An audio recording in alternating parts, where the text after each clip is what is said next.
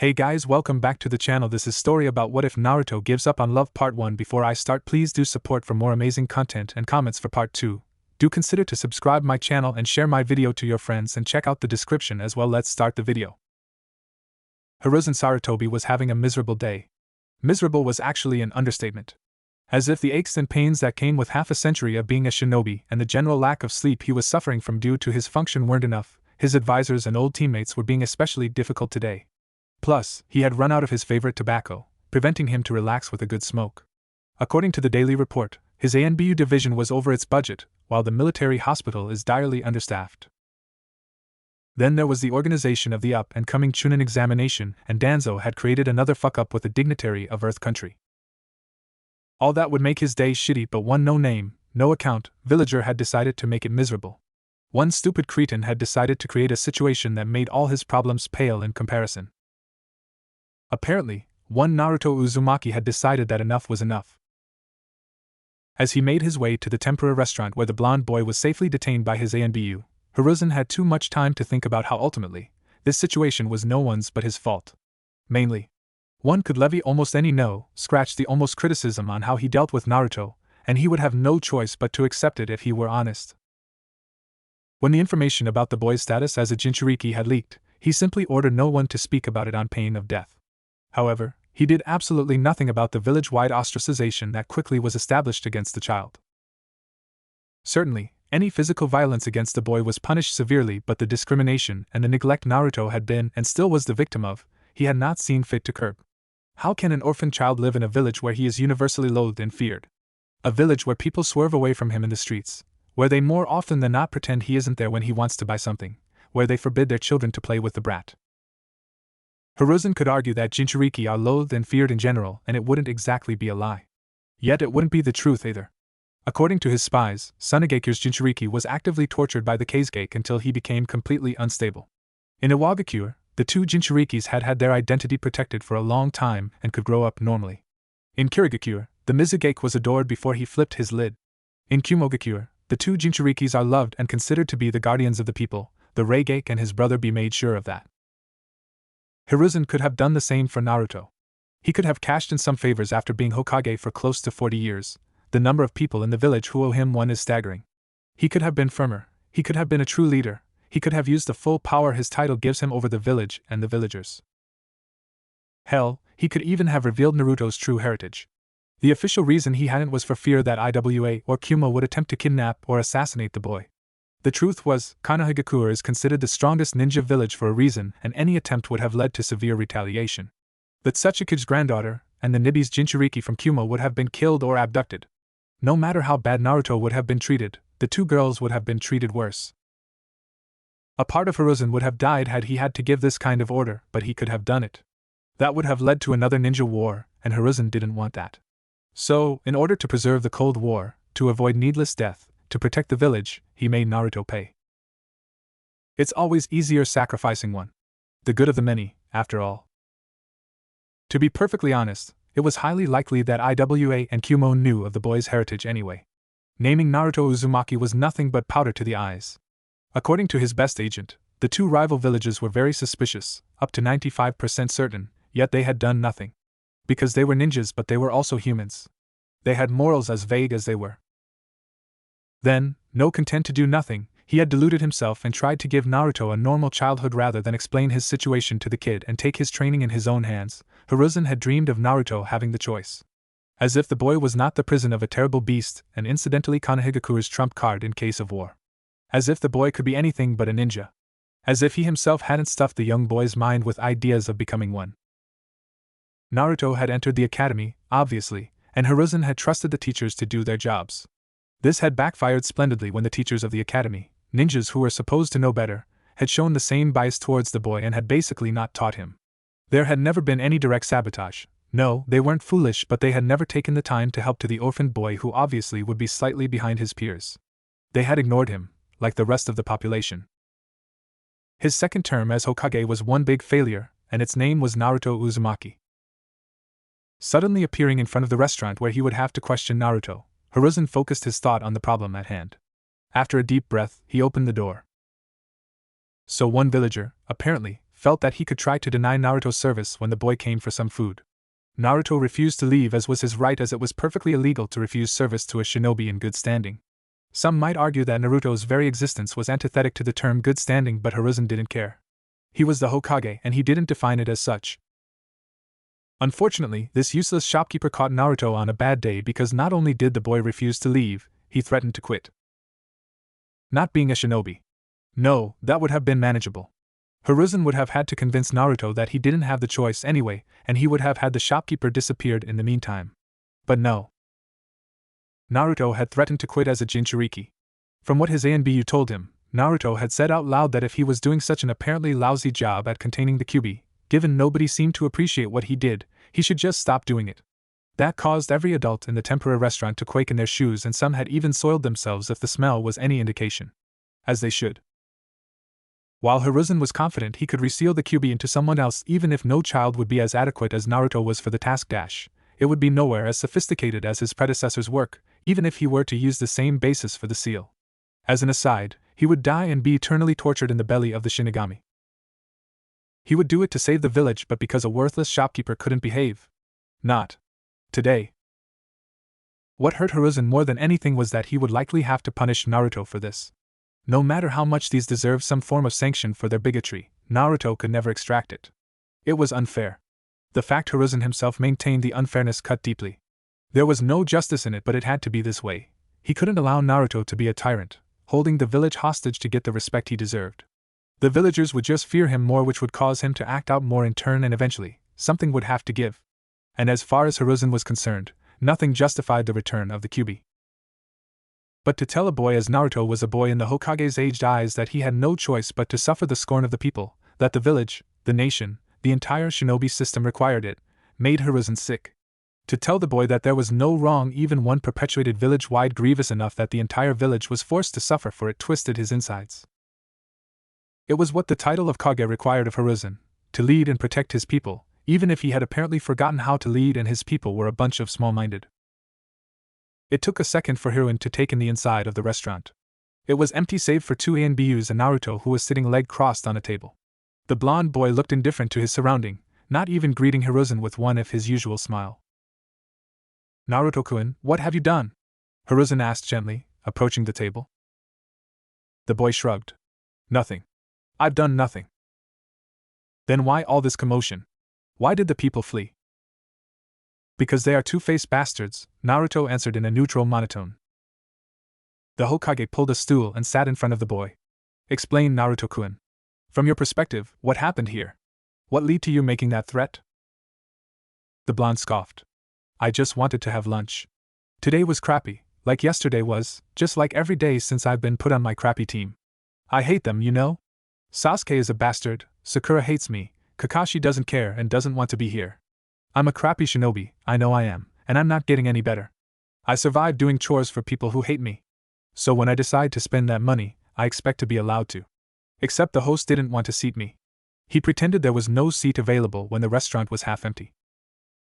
A small nod from one ANBU confirmed the boy's story, so Hiruzen nodded and gestured for Naruto to continue. "The funny thing is, he's never done it before. What changed today?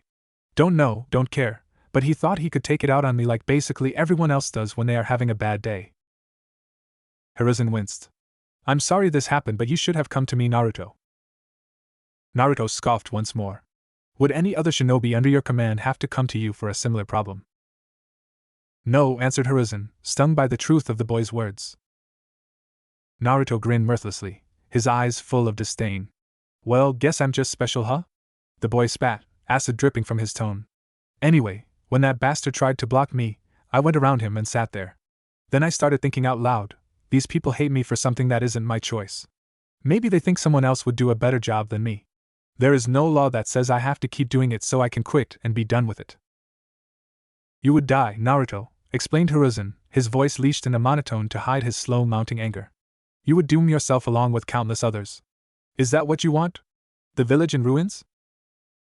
The blonde cocked an eyebrow. "Why should I care? What's so special about this place I should accept their treatment?" "Naruto, they are good people," and even as he was saying that, Hiruzen tasted ashes in his mouth. Scared and confused, but ultimately good. A great man beats his wife. Should she stay because he is great despite the beating? No, but your situation is unique. Many would be in danger if you decided to quit, as you phrased it. Again, why would I care? If I'm the key to their safety, they should make me want to protect them. They have done the opposite. Not everyone has scorned you, Naruto. Would you see them perish just to spite the others? Nope, but you assume I want the Kyuubi to go on a rampage. I just want to be free of it. Yet you realize that is surely what it would do. The blonde shrugged. Maybe not, that would be its choice. Unless you know how to reseal it, then everyone would be happy because the new Jinchuriki would be obviously better than me. Maybe Naruto. We don't have a seal master the equal of the Yondaime, and the seal wouldn't be as advanced as yours. I would die in the attempt, regardless. Hiruzen said, hoping that informing Naruto of the cost would deter him. It didn't. You choose to. You could always run to safety with your family. That's not what a Hokage does. The entire village is my family. For the fraction of a second, a terrible snarl of anger deformed the boy's features. Except me, Naruto remarked with poison lacing his words. They have been clear on that. You have been clear on that. You've yet to give me a reason I should continue. Why should I serve when no one appreciates it? I get nothing out of it. Because it is necessary. And as Hiruzen said it, the emptiness of the non-argument struck him like a punch to the face. Not my problem. I'm not important to these people, they are not important to me. The village doesn't value me, I don't value the village. You've yet to give me a reason why it'd make sense for me to keep at it, only how it'd make sense for the rest. Hiruzen felt himself floundering. What about the Yondaime? He was your hero. Would you make his sacrifice meaningless? This time Naruto snarled. Your villagers would make his sacrifice meaningless, not me, the boy spat. Also, he was my hero until I realized he killed my parents. This shocked all three adults in the room, Hiruzen even more so. The Yondaime was a great man, why would you think that? All clan heirs of my generation are older than me save one. Why didn't he choose one of them? They would have had a clan to help them, to support them. Naruto smiled crookedly and mirthlessly. But no one wants a Jinchuriki as family, do they? They would have fought the Yondaime who had no time to lose. But what about civilians or a lone family of ninjas? No one would miss them, they could pass as casualties. It becomes much easier if I'm an orphan, doesn't it? I promise you, Naruto, that the Yondaime didn't kill your parents. Then they abandoned me, so why should I care? They didn't, Naruto. I can't tell you who they are, but they didn't abandon you. They died during the Kyuubi's attack and the Yondaime wanted you to be seen as a hero. Well, so much for that, huh? And was that supposed to make me feel better? Because you just told me you lied to me all my life about not knowing who my parents were, and now you tell me you've known all along. How do I know the rest of your story isn't a lie? Hiruzen sighed. It's complicated, Naruto. The information could put many people in danger, you included. I'm about to release the Kyuubi and die anyway, so how could that information hurt me? Naruto, I would never allow you to release the fox, and now that I'm here I can stop you. Forever? You can stop me for the rest of your days? Even if I just kill myself? The boy, Hiruzen thought, was set on ripping his heart out. Yes, Naruto. We have ways to prevent you from doing that. It'd be a hellish life, but it could be done. And you would do that because I have no choice but to suffer for something I didn't do? I know it isn't fair, Hiruzen said lowly. I know it isn't fair and you deserve better, but I can't let you destroy the village or put it in a weaker position. Naruto smirked, but his eyes were cold as ice. You never cared. You pretended I was part of the family, but you never cared. The boy said without any emotion in his voice. It was an observation, not an accusation, and it cut Hiruzen even deeper. No, I do care. Naruto snorted. I do care, insisted Hiruzen, but one boy can't be more important than the entire village. It can never be that way. Even if you deserve more than you have ever gotten, I have to put their needs above your own. Just as he said that, Hiruzen had to jugulate the urge to slap himself. Oh? I'm less important than your other citizens? So I'm a slave. The Yondaime made me a slave after he killed my parents. It's no wonder the village treats me like trash, I am. The blonde barked a fake laugh that made Hiruzen cringe. You said they would see me and accept me one day, but that was a lie. You don't care, you never cared if they did or not, no one has to see a slave as their equal. Is that why I'm assigned to Kakashi? Why he won't teach me shit? He just has to protect your precious prison and keep it from acting up, is that it? Naruto, you aren't a slave. But you just admitted I'm less than your other citizens, remarked the boy, twisting the knife in the wound. Poor choice of word from an idiotic old man, Naruto. You aren't a slave, and the Yondaime didn't kill your parent. He wanted you to be seen as a hero, someone who protects the village every single day. Naruto laughed. Like a guard dog. As I was saying, I'm just a pet. No, Naruto, not like that. It's complicated, but you shouldn't lose faith. Things can change, but not if you give up. I thought you didn't go back on your word? The blonde gave the Hokage an incredulous look. Why should I even keep my word to you? You lied to me all my life, you take their side. Even now I haven't broken any law yet, the one who did get to go home, and I'm the one being detained. You let them hate me. I can't make them love you, Naruto. Only you can do that by proving you. You're the Hokage. Naruto screamed abruptly. You're the village leader, you're the professor, and you can't do anything. And how could I ever prove myself if I don't get better? I told you, Kakashi doesn't teach me anything. No, your way is wrong, and you don't even mean it. If you did, I'd have been taught properly at the academy when I needed it, and I'd have a proper sensei now set on helping improve. But if I quit, then I show them they should have treated me better, and whatever damage is done will be their fault. They will never see it like that, Naruto, just as evidence they were right about you. No one would change, and it would benefit no one. I'd see my parents, retorted the blonde with heat in his voice. Even you can't keep them from me in death. He bit acidly before continuing in a crescendo snarl. And if they really did love me, they will understand it was all yours and the Yondaime's fault. And I don't care what those idiot villagers tell themselves, I'll know the truth. Besides, why should they have a family when I can't have one? Why should they friends and peace and choices when you and they have denied that to me? Again, why should I suffer for them? If they don't care, then they should hurt as they hurt me. Naruto shouted with rage. One of the NBU agents, having heard enough, hit the blonde boy on the back of his head, planning on knocking him out, only to see the boy turn into smoke. The Sandaime couldn't help himself. He laughed. He laughed off all the anger against himself and the village that had slowly but surely welled inside him. He had been arguing rather badly with a shadow clone the entire time. So no one thought to check if, and excuse my language, a fucking shadow clone was causing an uproar? He asked, punctuating his bout of anger with 3 punches that reduced the table to ruins and scaring his ANBUs. Hiruzen sighed. This miserable day, he muttered before looking at one of his agents. Bring the real Naruto-kun to my office. We have things to discuss. The 2 operators disappeared in a body flicker, apparently relieved not to be in the presence of their leader any more than what was necessary. I assume you caught much of that, Hiruzen told a shadow behind him. Yes, answered Kakashi. Can I also assume that I don't have to make my displeasure known? No, Hokage-sama. Yet I will. I have no idea what the repercussion of that will be, but it might have set Naruto back for years. Not more than being not taught in the academy. Oh, and figuring he is the village's designated whipping boy couldn't help. Kakashi replied, and the Hokage could feel anger well within him once again. Is there something you want to say to me, Jounin Hatake? Nothing you don't already know, Hokage-sama. I didn't seal the QB inside him, never forget who did that. I was just left to deal with the fallout. And how splendidly you have dealt with it, Hokage-sama.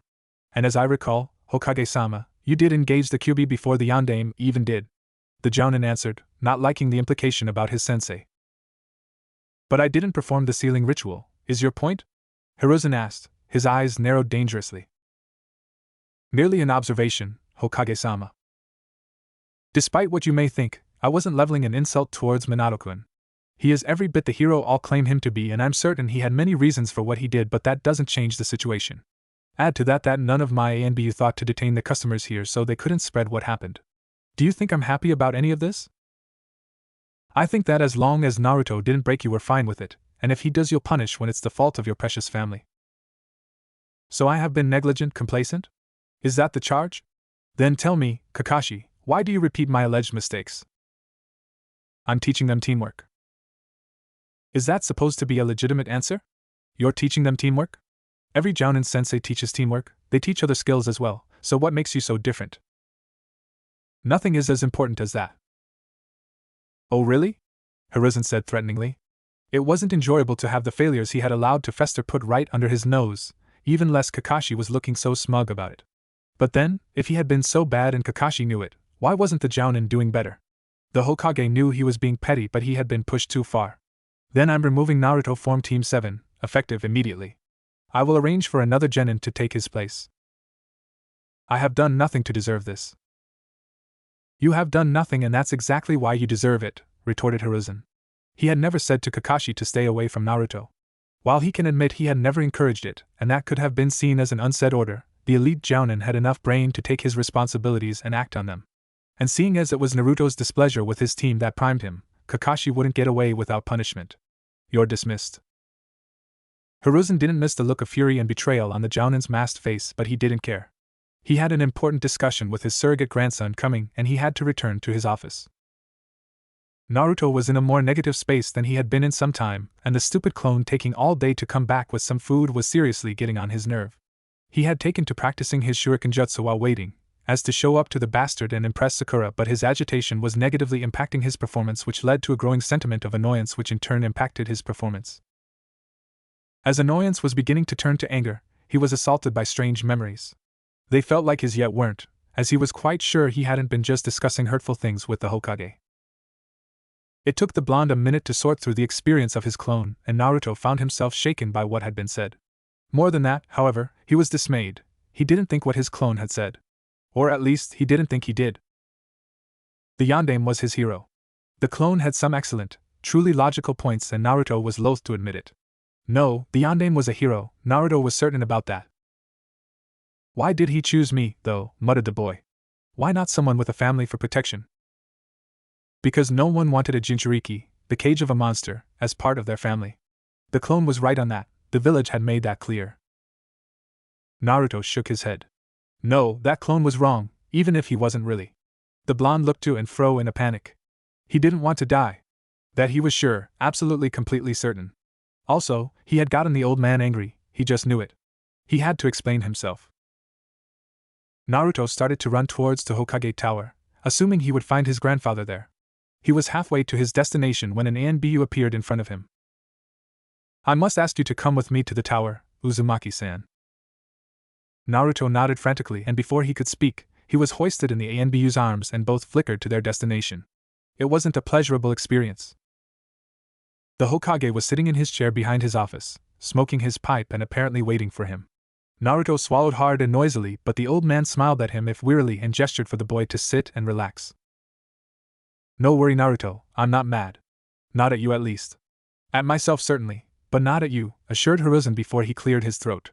We need to talk, my boy. I know shadow clones are independent, but they still are you. They feel like you, think like you. If you were feeling this way, why didn't you come and see me? A traitorous thought struck Naruto, and the blonde spoke before he could stop himself. That wouldn't have changed anything. Hiruzen grimaced, but before he could say anything, the boy's features distorted in horror, and he rose from his seat, visibly panicked. No, no, no! Naruto exclaimed. I didn't mean that. I wasn't feeling that bad, at least I don't think I was. Hiruzen massaged his temples and sighed. No worry, Naruto. You can speak your mind to me. The boy sat back down and scratched the top of his hair. Really, old man, I'm okay. Naruto, please be honest. When you have a bad day, Hiruzen winced at that. When was Naruto's day not bad? What do you do? Naruto looked at the Hokage, a look of clear puzzlement on his face. I don't know. I train, maybe I prank someone if they were really mean, and then I go distract myself. But what about the anger? The bitterness? Surely you must feel some, Hiruzen prodded. Something flashed in the boy's blue eyes, but it was gone before Hiruzen could say anything. I don't think about it. Hiruzen felt his heart stop for a second. He doesn't trust me. Not anymore, after what I said to his clone. He is afraid. Oh, Hiruzen Sarutobi, what have you done, you stupid monkey? The Hokage thought, pained. Do you often force your emotions away, Naruto? Hiruzen continued, hiding his own hurt and remorses. I don't know, old man. I guess. I don't think about it, so that shadow clone out there? That wasn't me. The blonde assured with an empty chuckle. I didn't even know I could remember what they did, 'cause I'm an idiot, see? Hiruzen sighed. Naruto-kun, you don't have to fear me. What I said to this clone was it was my mistake and I apologize for it. That clone, however, was you. They can't do anything you wouldn't or couldn't do. I guess he didn't suppress your feelings since he was just a clone. The fearful glance the boy gave him was like a dagger in Hiruzen's heart. I've really made a mess of things, haven't I? What do you mean? I've been lucky you were so accepting and forgiving. This incident showed me that, had you been combative or demanding, I would have been forced to be more proactive. Naruto wilted under the Hokage's eyes. Oh, said the boy in a white voice. You're going to lock me up. No, Naruto, I'm not. You've done nothing wrong. All your life you've been the focus of unwarranted negativity from the entire village, and I fooled myself, believing that your smile meant the ostracism wasn't getting to you. It didn't. The boy protested, maybe out of pride, he wasn't sure. Naruto was confused right now, about his relationship with the old man first and foremost, but he didn't like seeing the aged Kage so defeated. Oh? Because the little boy I met in the forest so many years ago, the one who shared some fish with me, that little boy was quiet, almost shy. You didn't become loud until your 3rd year in the academy when you decided it was the way to get the attention you desired. Hiruzen countered, and Naruto had nothing to answer to that. The blonde didn't like to think back to his younger days. It was when he had been the most alone, almost suffocated by the silence, the cold and wary glances, the mean whispers. There had been some freedom, however, as back then, he hadn't known why everyone ignored him and he hadn't yet committed himself to change it. Hiruzen watched Naruto digest the words that had been said. He could tell the boy was thinking deeply. The Hokage knew he had to press on. If Naruto was going to become what he had the potential to achieve and not some projection of a broken boy, he had to lay the foundations now. It was I, said Hiruzen, who told you to earn their approval. I thought it was the best solution, but a child's mind can often surprise. How could you earn their approval if they were ignoring you? If they didn't want to see you? So you began your campaign to be noticed. It's perfectly logical, yet I failed to see it. I should have started you on better tracks. I should have done many things differently. The Hokage muttered, as much to himself as to his audience. It seems I forgot what it means to be a Hokage. The old man snorted. I forgot what it means to be a ninja if I deluded myself enough to believe the way you grew up wasn't affecting you. The Hokage looked at Naruto and bowed his head. I thought you were a kid who needed to mature, a knucklehead who would change, and for that, I apologize deeply, Naruto. The blonde boy was taken aback. The Hokage was apologizing to him? Naruto's arms flailed for a second. It's okay, Gigi. No, it's not, but I will endeavor to make it okay. I can't believe I let things slide to a point some part of you believe the Yondaime killed your parents and doomed you. I don't really believe that, that was my clone, old man, protested the boy. If only. It is the time I correct my mistake, my boy. What do you mean? Your clone was right. I have my part to play and I will play it, but as for you, if I want you to change the mind of the villagers, then I should make sure you're trained by someone who will maximize your talents. You don't need to be taught the will of fire, you have it already, in a deeper way than any I've seen before. Hence why I'm pulling you out of Team 7. That momentarily shocked the young Uzumaki, whose eyes widened as his brain milled the information. It begged so many questions he didn't have the breath to voice his concerns. I will oversee your training, Naruto. As I'm the Hokage, it won't be every day, but I will teach you what I can. When I'm not available, you will apprentice under a jounin. His name is Ibiki. He can be intense in a way, but he is a good and fair man, and I guarantee you he will take your training to heart. If you listen to everything he says, you'll become a very good shinobi, of that I have no doubt. I'll work out what team you join for missions once you are ready for C ranks. Naruto was feeling so many different things, excitement, confusion, fear, incomprehension, that the only intelligent he managed to say was why? Because, Naruto, you have been protecting this village every day since your birth. None of my ninjas can say the same, I can't say the same. And you've been doing for free, something none of my shinobi would have done either. Services rendered deserve compensation, so consider it 12 years of backlog pay and my sincere apology. I have been foolish. I swear to you, Naruto, that I mean well, but I've been foolish. Hiruzen watched as the emotions warring inside the boy seated in front of him bled out until only a palpable excitement was left, a kind of contagious anticipation that made the old Kage smile. His smile widened as he thought about what would become of his last student, and what lay ahead.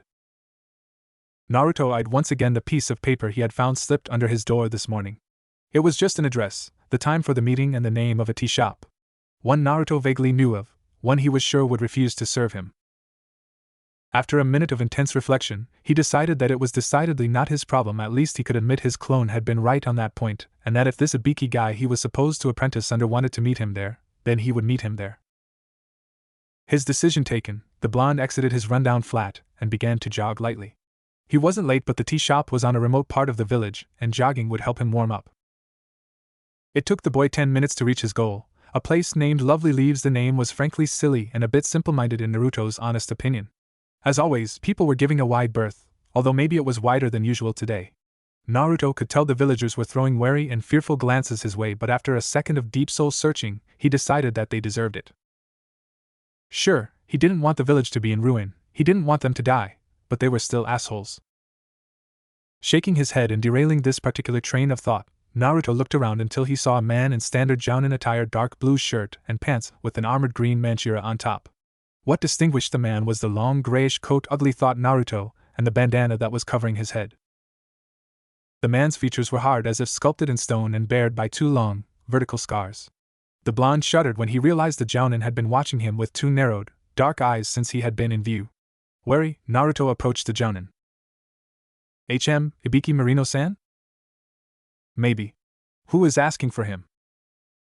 Naruto couldn't hide his surprise. Everybody knew of him, what he looked like. He couldn't be missed, what's with his blonde hair, his blue eyes and the 6 whisker-like scars on his cheeks. I'm Naruto Uzumaki and I was told to come here to meet my new jounin sensei. I see. Well, I might be him or I might not. Do you have any idea what this Ibiki Marino look like? Well, no, answered Naruto immediately. I've never met him. And you didn't think it wise to seek information? The man asked with a raised eyebrow. Naruto fidgeted and quashed his mounting annoyance. The guy could just tell him if he was this Marino person or not and be done with it. Well, I was short on time. You're a ninja, interrupted the man, pointing at Naruto's forehead where the blonde had his metallic protector, the sign that he was, indeed, a ninja of Konohagakure. One large part of your job is to seek information to be better prepared, to be as ready as possible when faced with a new situation. You're telling me being short on time is your best excuse? Naruto floundered for a second before annoyance overtook him. Are you this Marino person or not? You're wasting my time. I should be learning a jutsu already. You're wasting mine, boy, retorted the jounin. Being a ninja isn't about jutsus. Do you even know what the word shinobi mean? Everyone knows that. It means to endure, old man. I'm not old and endure is only the meaning of the root kanji nin, you ignorant child. Shinobi means to conceal as a verb and shinobu means stealth and theft. What kind of ninja goes to a meeting without any kind of information on the people he is supposed to meet? The jounin retorted, giving Naruto a pinning glare that rooted the boy on the spot. What do you think your job is, genin? The man continued, and his voice was as cold as ice. Going headfirst into the fight and hoping for the best. Hoping that you'll be better? That kind of thinking will get you and your teammates killed. If you're a shinobi boy, you use your head, you gather information about your mission, and you seek to look underneath the underneath. Naruto sputtered for a second. That was what Kakashi-sensei, although Naruto supposed it was just Kakashi now, had said after Team 7's true genin test. Think hard about what I just told you, boy. The man said, his voice suddenly much more gentle and his eyes devoid of the menace they were holding a second before he rose from his seat and departed, leaving behind him a flabbergasted Naruto. The blonde staggered back a step as the jounin left and took a deep breath, momentarily confused by the abrupt change in his interlocutor's demeanor. Watching the jounin leave, Naruto scratched the back of his head in an unusual attempt to think. What would he do now? Apparently, this jounin wasn't his new sensei, otherwise he would have just told him, right? What was all this talk about information, though? And why did the jounin care if Naruto knew what a ninja did or what shinobi meant as a word? And why did it almost seem like he was teaching? The light suddenly went on and Naruto truly felt like an idiot for a second. Looking for the departing form of the jounin, the boy hurriedly ran after the man. Wait! The jounin stopped in his tracks and turned towards him, watching him skid to a stop in front of him. What is it, boy? You're my new sensei! Naruto exclaimed, pointing his finger at the man. You're Ibiki Marino, I'm sure! The man simply cocked an eyebrow.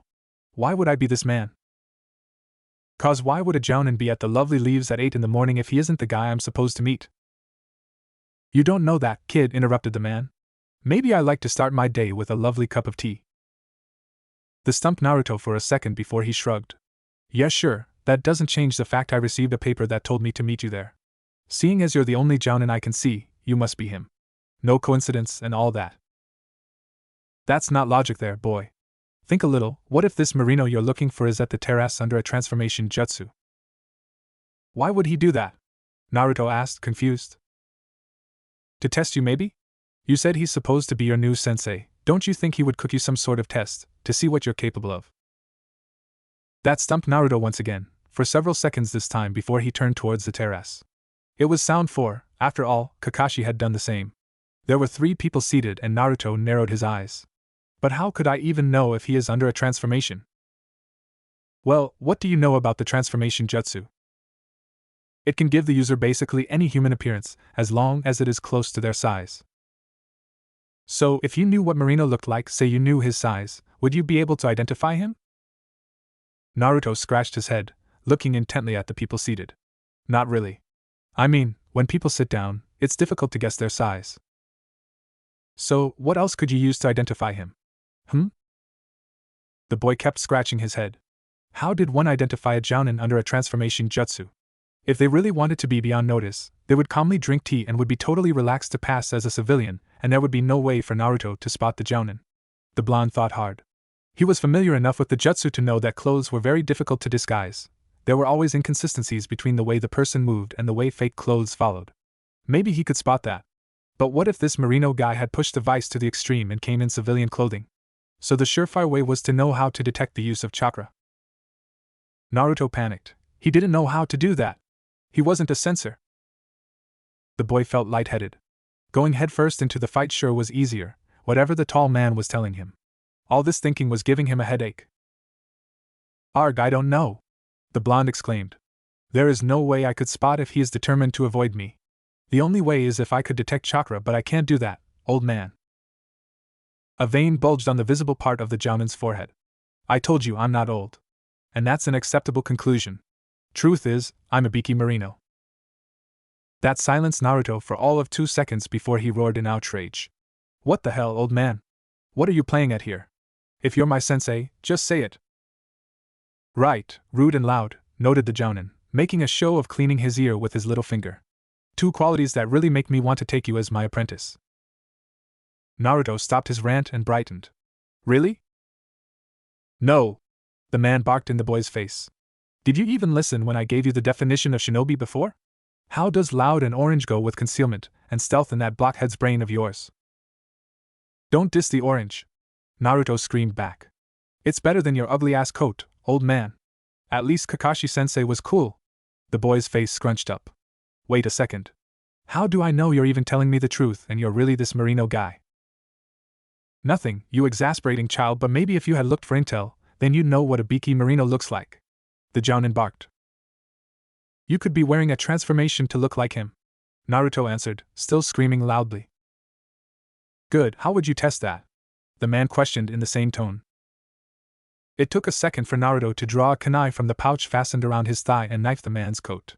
The satisfying ripping sound told the boy what he needed to know. The clothes weren't camouflaged. Something crashed on the top of his head, and the boy dropped his weapon. Ow! Naruto exclaimed, nursing the spot where the jounin had smacked him. What the hell, blockhead? What did my coat do to you? And I'm a jounin, you're lucky I kept myself in check because you'd be dead right now. Again, concealment and stealth, how is that difficult for you to understand? I had to test if that was a transformation. The blonde justified himself with a pout. Did it occur to you only my face could be disguised? What would you do in a mission, knife everyone you come across in the head? Naruto looked down. Even he could admit that didn't sound practical. And no. Good. So the question is, how do you spot a transformation that affects just the face? The boy shook his head. I don't know. Then you'll learn, answered the jounin. Seriously though, I am a Biki Marino, continued the man, showing Naruto an ID card similar to the one the blonde himself owned. Naruto knew those were supposedly difficult to counterfeit. This was a test? Yes, and you got only 50% of it. What? Why? Because you didn't even know what I looked like, blockhead. Stop calling me that. I'll call you that as long as you're a blockhead, so it's up to you to earn a better nickname. Then I'll call you old man. A second vein bulged on Ibiki's forehead. Are you sure about that? He asked, his voice frosty. Naruto gulped and shook his head. Better. Follow me. Naruto woke up with aches and pains in his body. The boy winced. It had never happened before today, but truth was, He had never been worked as hard as yesterday when Ibiki had decided he would run an obstacle course in Training Ground 16. Again and again. And again. From what he had been told, the obstacle course was one of many designed for high-level genins and shunins to keep in shape in between missions, personal work, and eventual teaching. The trick was that to fully beneficiate from it, the runner had to pass the course without any use of chakra. The main aches Naruto felt were from falling down more than muscle pain. Stretching with a groan, the blonde fixed himself a bowl of cereal and peeled the fruit. No, he didn't eat only ramen. Ramen was just cheap. That was all before he quickly took a lukewarm shower. The stingy landlord had yet to fix his heater. Tucked in his orange get-up, Naruto was ready to exit his flat when he noticed the note slipped under his door. "Meet me in my office," the boy read out loud before shrugging. "Sure, let's do that." It took the Uzumaki 5 full minutes to realize he had no idea where his new sensei's office even was. His initial reaction was to rant angrily at bastard teachers and their mind games before the lesson of yesterday finally hit him with the force of a freight train. His lips formed a silent O of realization as the gears clicked in his brain. "That's what Ibiki-sensei means by intel," Naruto exclaimed, his right fist impacting his open left palm. "Gotcha! Sensei, here I come!" the blonde yelled to his surrounding, earning a few disgruntled glares. It took the Uzumaki another 5 full minutes to realize running around randomly would not net him the information he needed. His initial reaction was to hit his head repeatedly against a lamp post and insult himself before an idea eventually stopped him from damaging his brain further. Surely, the Hokage knew everything about Ibiki-sensei, given it was the old man who had appointed the Jounin as his new sensei. "This time, I got you," grinned the blonde before darting to the Hokage tower. Losing no time and disrespecting every security protocol of the tower, Naruto barged in the Hokage's office without so much as a knock on the door. "Gigi, I need your help." The Hokage smiled and gestured to the ninja he was talking with to stand back. "I don't have much time, Naruto-kun, what do you need?" "Can you tell me where Ibiki-sensei works? I need to go to his office," the boy explained. "Ah. Right, Ibiki told me you'd probably come and see me about that." "Really? Then, where is Ibiki-sensei, Gigi?" The Hokage smirked. "He also told me not to tell you anything." "Now Naruto," the old man said with a preemptive motion meant to shush the outraged blonde, "I can't always give you the intel you need. You'll have missions where it'll be very difficult to gain information on your target." Naruto groaned. "It's another test, is it?" "Yes. Now, if you'll excuse me, I need to finish the debriefing with this TNI agent here.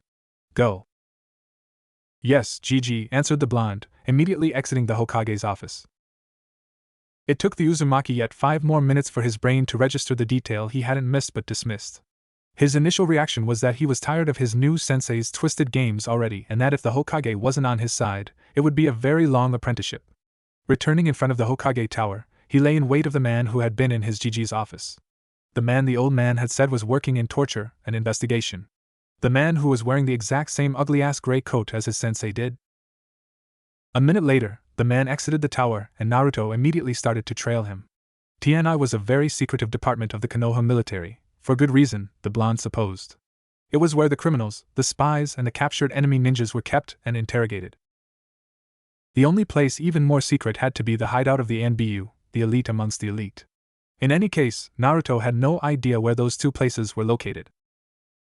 The blonde navigated the streets of the village, still following the man. After a number of twists and turns, the boy could feel his patience bleed out of him. What was taking the guy so long to reach his goddamn office? Couldn't he quicken the pace already? The boy's thought trailed off as he mechanically followed the man. Maybe he should ask him directly? Nah, the man had probably received orders from the Hokage to not help him. That would make sense even if Naruto thought it was really unfair. How was he supposed to know where to find the second most secret place in all of Konoha? No, trailing the TNI member in front of him was his best bet.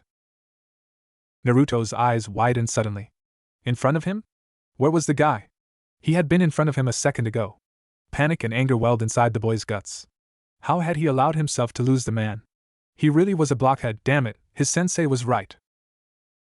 The cold touch of a sharpened blade pressed against the back of his neck immediately poured metaphorical cold water upon his heated thoughts. You thought a genin could follow a TNI agent without being detected? You thought a TNI agent would knowingly lead a genin to the third most secret place of Konoha? Why would it be a secret if you could simply track it down so easily? What are you playing at, genin? Wait, TNI was the third most secret place? What was the fifth then? The sensation of the blade pushing against his skin and cutting him shallowly centered Naruto's thought in the fraction of a second. I'm supposed to meet my teacher there, the blonde exclaimed. Can you prove that? The ninja behind him asked in a monotone. Naruto flailed his arms for a second before he fished for the note he had found this morning. Yes, here, he said, holding the piece of paper backward for the ninja to read. You realize it literally says meet me in my office, right? No mention of the name of this sensei of yours. No mention of your own identity. Give me one good reason why I shouldn't take you in as a prisoner. Naruto choked. What? I'm a ninja of Konoha, not a traitor, the boy exclaimed, pointing at his headband. And my sensei is Ibiki Marino. I'm sure he works with TNI. Never heard of him. And that is exactly what a spy would say. Counterfeiting a headband isn't especially hard, you know? So, the question is, are you a bad spy or a too curious genin? Naruto paled. Seriously? I'm Naruto Uzumaki. He protested loudly as if that was intrinsic proof that he wasn't a spy. The boy narrowly kept himself from face-palming. He could tell that was stupid. There was a pregnant pause and the ninja behind him confirmed it. And? I'm supposed to know you? I was in the Hokage's office 10 minutes ago, and I called him Gigi. I can't be a spy. The boy protested again. True that. So you're not a spy. Still, you cannot prove anything about your claims, so I'll have to assume you're a genin who got too curious. But it's true. Come on, Ibiki Marino, tall jounin with a hard-ass face. I'm sure you know him, he's an old man. Naruto felt the dagger push slightly deeper, causing a tiny bit of blood to run down his neck. What did I tell you about calling me an old man? The boy felt his eyes go wide and he swallowed thickly. Slowly, he took a step forward before turning around. That was when he noticed the tear in the man's cloak. Then, the man's face started to be blown away, like a layer of sand by a gentle wind, to reveal the scowling features of Ibiki Marino. Of course, Naruto thought, a transformation. Sorry? The jounin twirled his kunai threateningly.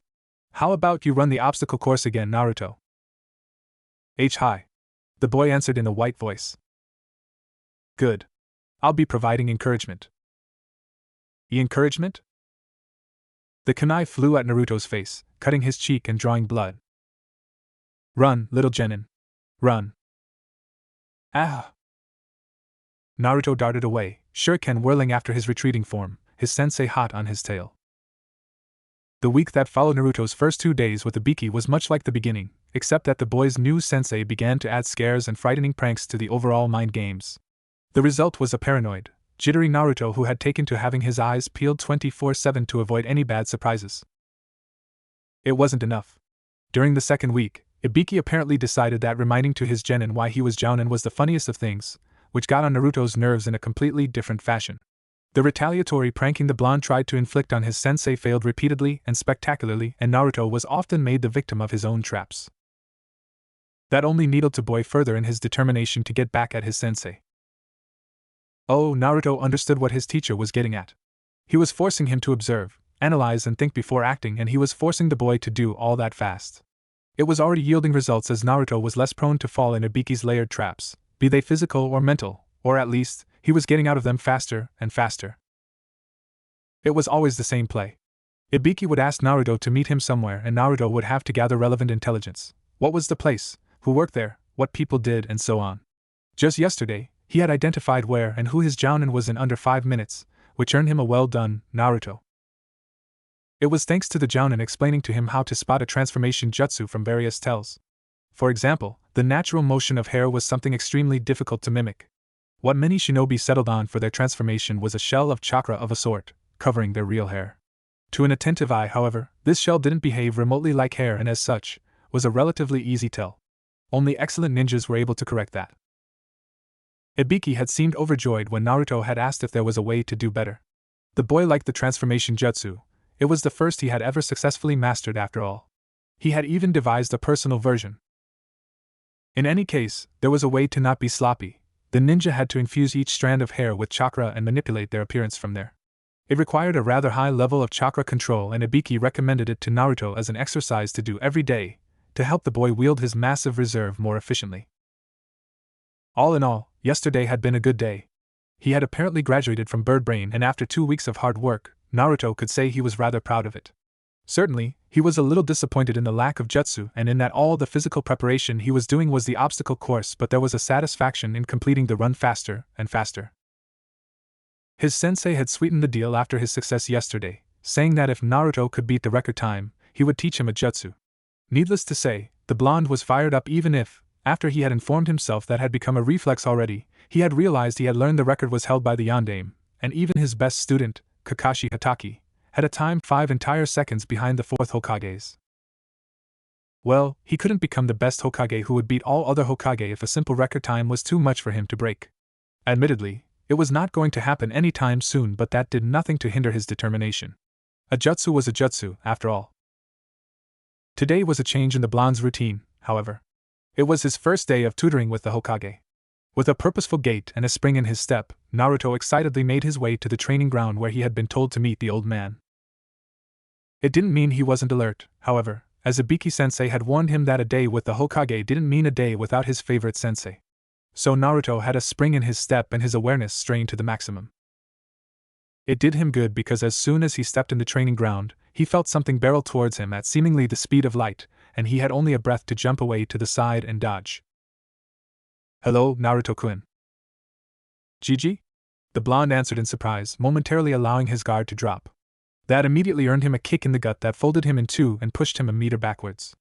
Naruto had to grit his teeth to not vomit his breakfast. What the hell, Gigi?" He breathed out painfully. "Wah."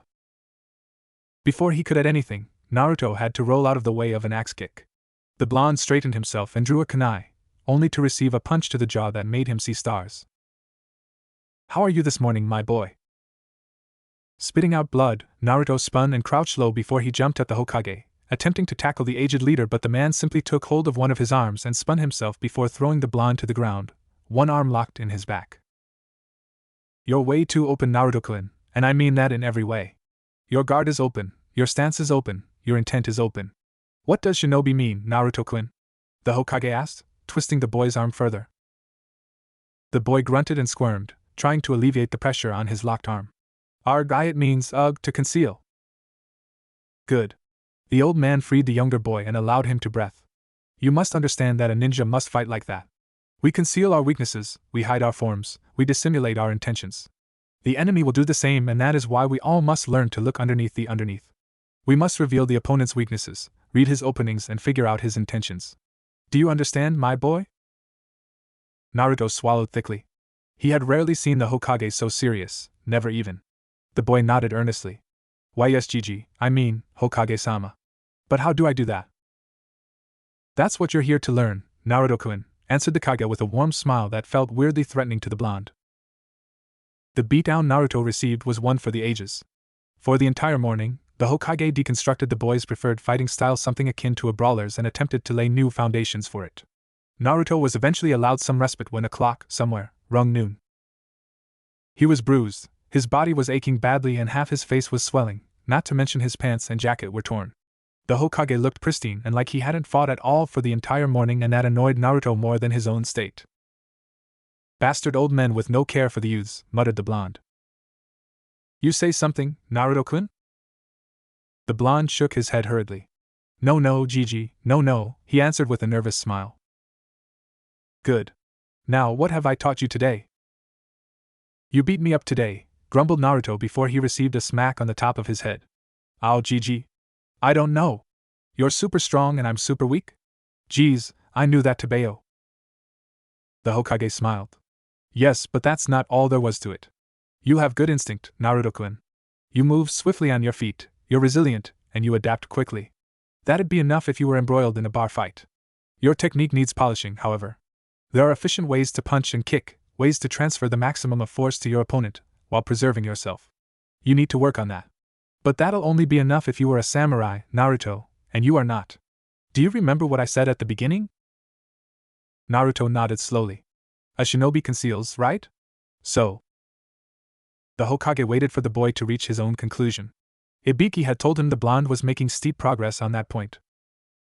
"So that means I need to be less direct? Try more feints?" Hiruzen smiled. "That'd be one practical aspect to it, Naruto. What I am talking about is the philosophy of our way of fighting. Your entire martial style must be confusing to your enemy. You must be surprising, unpredictable. You must conceal my intentions? So, in other words, hide how and where I'll strike next? The Hokage nodded. See? You get it. But again, you only see the topmost layer of the game. The Hokage rose a hand to stall Naruto's protest. It's normal, Naruto-kun. You're a fresh genin and I've been a shinobi for 40 years already. It's only fair I know more than you, right? Naruto considered the facts for a second and shrugged. Yeah, can't argue that, Gigi. The Hokage smiled. I'm happy you give me some credit. As I was saying, it is a game of layers. You must hide the very reason why you fight in the first place. Maybe you fight because you must buy time for an ally to escape. Or you fight because your opponent has something that you want. Or you fight because you need to get past your opponent. Even this, you must conceal because if your enemy knows, he'll use this information against you. Naruto was puzzled. How though? I mean, if I need to get past a guy, how does knowing I must do that help him? Think, Naruto. Imagine the situation was reversed. What would you do? The boy thought for a second. I'd taunt him? Exactly. You could tell him he'd never get past you in time, that it's already too late, and whatnot. Taunts can be very efficient, Naruto-kun. At that, the blonde nodded. He had been weak to teasing, he still was. What else? The old Kage asked, pressing the blonde to think further. I'd fight differently, began the blonde after a few seconds of reflection. I mean, I don't have to defeat him, just stall the guy so I'd kite him, I guess? Try to set up traps if the place is good for it. The Hokage smiled. Precisely, that is excellent thinking, Naruto-kun. The blonde blushed slightly at the praise and beamed a smile at the old man, all the while scratching the back of his head. Now, a ninja must always think like that. What is my true objective, and how can I achieve it without anyone knowing? A shinobi conceals, Naruto-kun, never forget that. Hi. But. Yes, Naruto? How do I hide my intentions in a spar? The Hokage smiled. Simple, we will play a game, Naruto-kun. We will play a game. Before that, however, let's work on your technique a bit. Your punches aren't sloppy, but they ought to be leagues better, my boy. Seeing how Naruto's features were downcast in what seemed to be a vague disappointment, the Hokage grinned crookedly. If you reach a level I'm satisfied with, we'll get to jutsus, offered the old man. Naruto sprung to his feet and saluted with an excited smile. I'm on it, GG. The afternoon was turning to the evening when the Hokage stopped the boy from punching and kicking at training post. Gesturing for Naruto to sit next to him, Hiruzen fished into his satchel for bandages. Would you show me your shins and your hands, Naruto? The blonde looked at his grandfather for a second before a grin stole itself on his face. Hee, Gigi, should I use my transformation? The blonde teased. The Hokage smiled good-naturedly in return. Let's keep that for our spars, alright. Even if I'm warning you, I won't fall for it twice. You bet? The Hokage shook his head in amusement. Why not? What do you want? Naruto hummed and suddenly looked bashful as an idea struck him. HM, I know you said to my clone it'd be dangerous, but could you maybe give me something from my parents? Even if. The blonde was interrupted as the Hokage hugged. I will find something, Naruto, even if you don't win. Hell, if I fall for the same trick twice, I'll tell you about your mother. Naruto felt his eyes go wide. Really? He asked excitedly before hugging his grandfather back even tighter. Thanks, Gigi. Now, what would I get if it's my win? The Hokage wondered with mirth. Naruto backed off. I dunno. What could I even help you with? The Hokage grinned. How about you come to the tower and help me for a day with my work? Naruto's eyes widened comically as excitement made him practically vibrate. You mean, helping you being the Hokage? But Gigi, that's not punishment, that's awesome. Hiruzen chuckled. Don't say that before you actually try it, Naruto-kun. Naruto laughed. Whatever, I'm sure I'll be super awesome and better than you. I'm certain you'll do an excellent job. Now let's get back to you. I need to see that you didn't hurt yourself too badly hitting the training post. The blonde nodded and uncovered his shins and removed his sandals. They were obviously bruised from hitting a sturdy piece of wood for an entire afternoon, but, to Hiruzen's surprise and the boy's indifference, the wounds were already fading. The Hokage eyed Naruto, who shrugged. I heal fast, Gigi. Must be thanks to him, he explained, gesturing towards his stomach. Hiruzen frowned and shook his head. Maybe, he said, scratching his goatee. Then again, maybe not. Your Uzumaki heritage is surely helping too. Naruto cocked his eyebrow. Uzumaki heritage? The Hokage sighed. He supposed Naruto deserved to know that. He had promised he would do better by the boy, and the child deserved to know at least part of his roots. More would come later. The Uzumaki were a clan, Naruto. It could be that your mother was a member, but of course, I never said that to you because it's a secret, said the Hokage, looking at the blonde kid with a rare intensity. Am I understood, Naruto? The blonde looked back, visibly puzzled. But if it's a Seko? The boy nodded and mimicked a zipper closing his lips. I never heard that. The Hokage only eyed the blonde harder, almost glaring. I must insist so that I'm sure I was clear, my boy.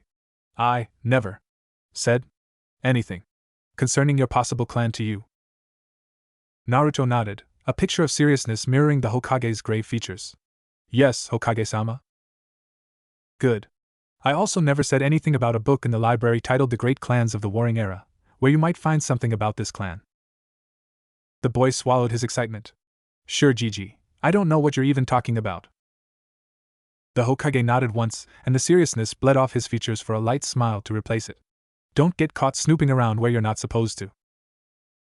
Naruto nodded eagerly. Good, now my boy, what do you say we go eat something? You're paying Gigi? Only if we get sushi. What? But ramen is so much better. I'm only paying for sushi. Fine, I guess sushi is also good, grumbled the blonde. Let's go home first to get cleaned up, the Hokage said with a small smile. The blonde looked down at himself and grimaced. Ugh, sure. Where do we meet? I'll come to your flat to fetch you, Naruto-kun. Naruto beamed a smile. Sure, see you later, Gigi. Decked in a dark shirt with an orange spiral on the back and cream shorts, Naruto was drying his hair when someone knocked on his door. Rushing to open, the boy smiled at his surrogate grandfather who, uncharacteristically, wasn't dressed in the official white robes of his function. Trying a new style, Gigi? The boy asked, amused to seeing his grandfather dressed so casually. I don't always wear my robes, Naruto. After a while, they get itchy. PFF, they are so cool, how could they be itchy? You'll see when you get to wear them. Really itchy. Shall we go? Naruto nodded. Sure. The two discussed the little things of life on the way to the restaurant, which they reached after a 10 minutes walk. Only once they were in front of the place did Naruto begin to fidget. Obviously, the Hokage noticed it immediately. What is it, Naruto-kun? The blonde frowned. What if you know? The Hokage smiled gently to reassure the boy. Know what? Prodded the old man. If it happens again. If they refuse me. You're with me, Naruto-kun. They won't. The boy's frown deepened. That's not normal, Gigi. It shouldn't be this way, you having to come with me. I know, Naruto, I know it isn't fair, but... No, Gigi. You told my clone I couldn't make them fear me, but when you come with me, they only serve me because they fear what I'll do. How is that different? The stumped Hiruzen. He liked to think he was respected and even maybe loved by the people of the village. However, the truth was that he was also the strongest ninja in the village, and the Hokage at that, with absolute authority over an army of shinobis.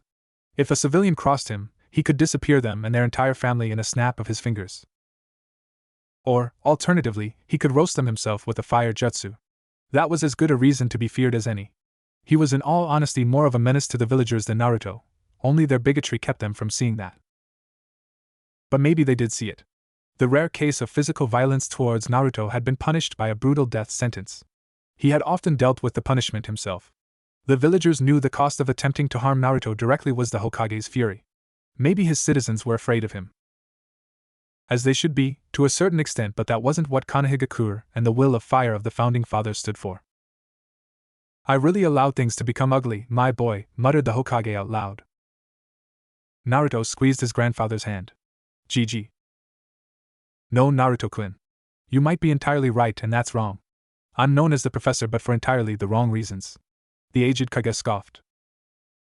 What are you talking about, Gigi? You're awesome. Not awesome enough to do my duty. Let's go in, Naruto-kun, and see what happened. The host didn't oppose any resistance, and seated them at a table of 4, as per the Hokage's request. They were professional enough to not let much of their disgust towards Naruto's show. Why a table for 4 persons, Gigi? the blonde asked with a nervous smile.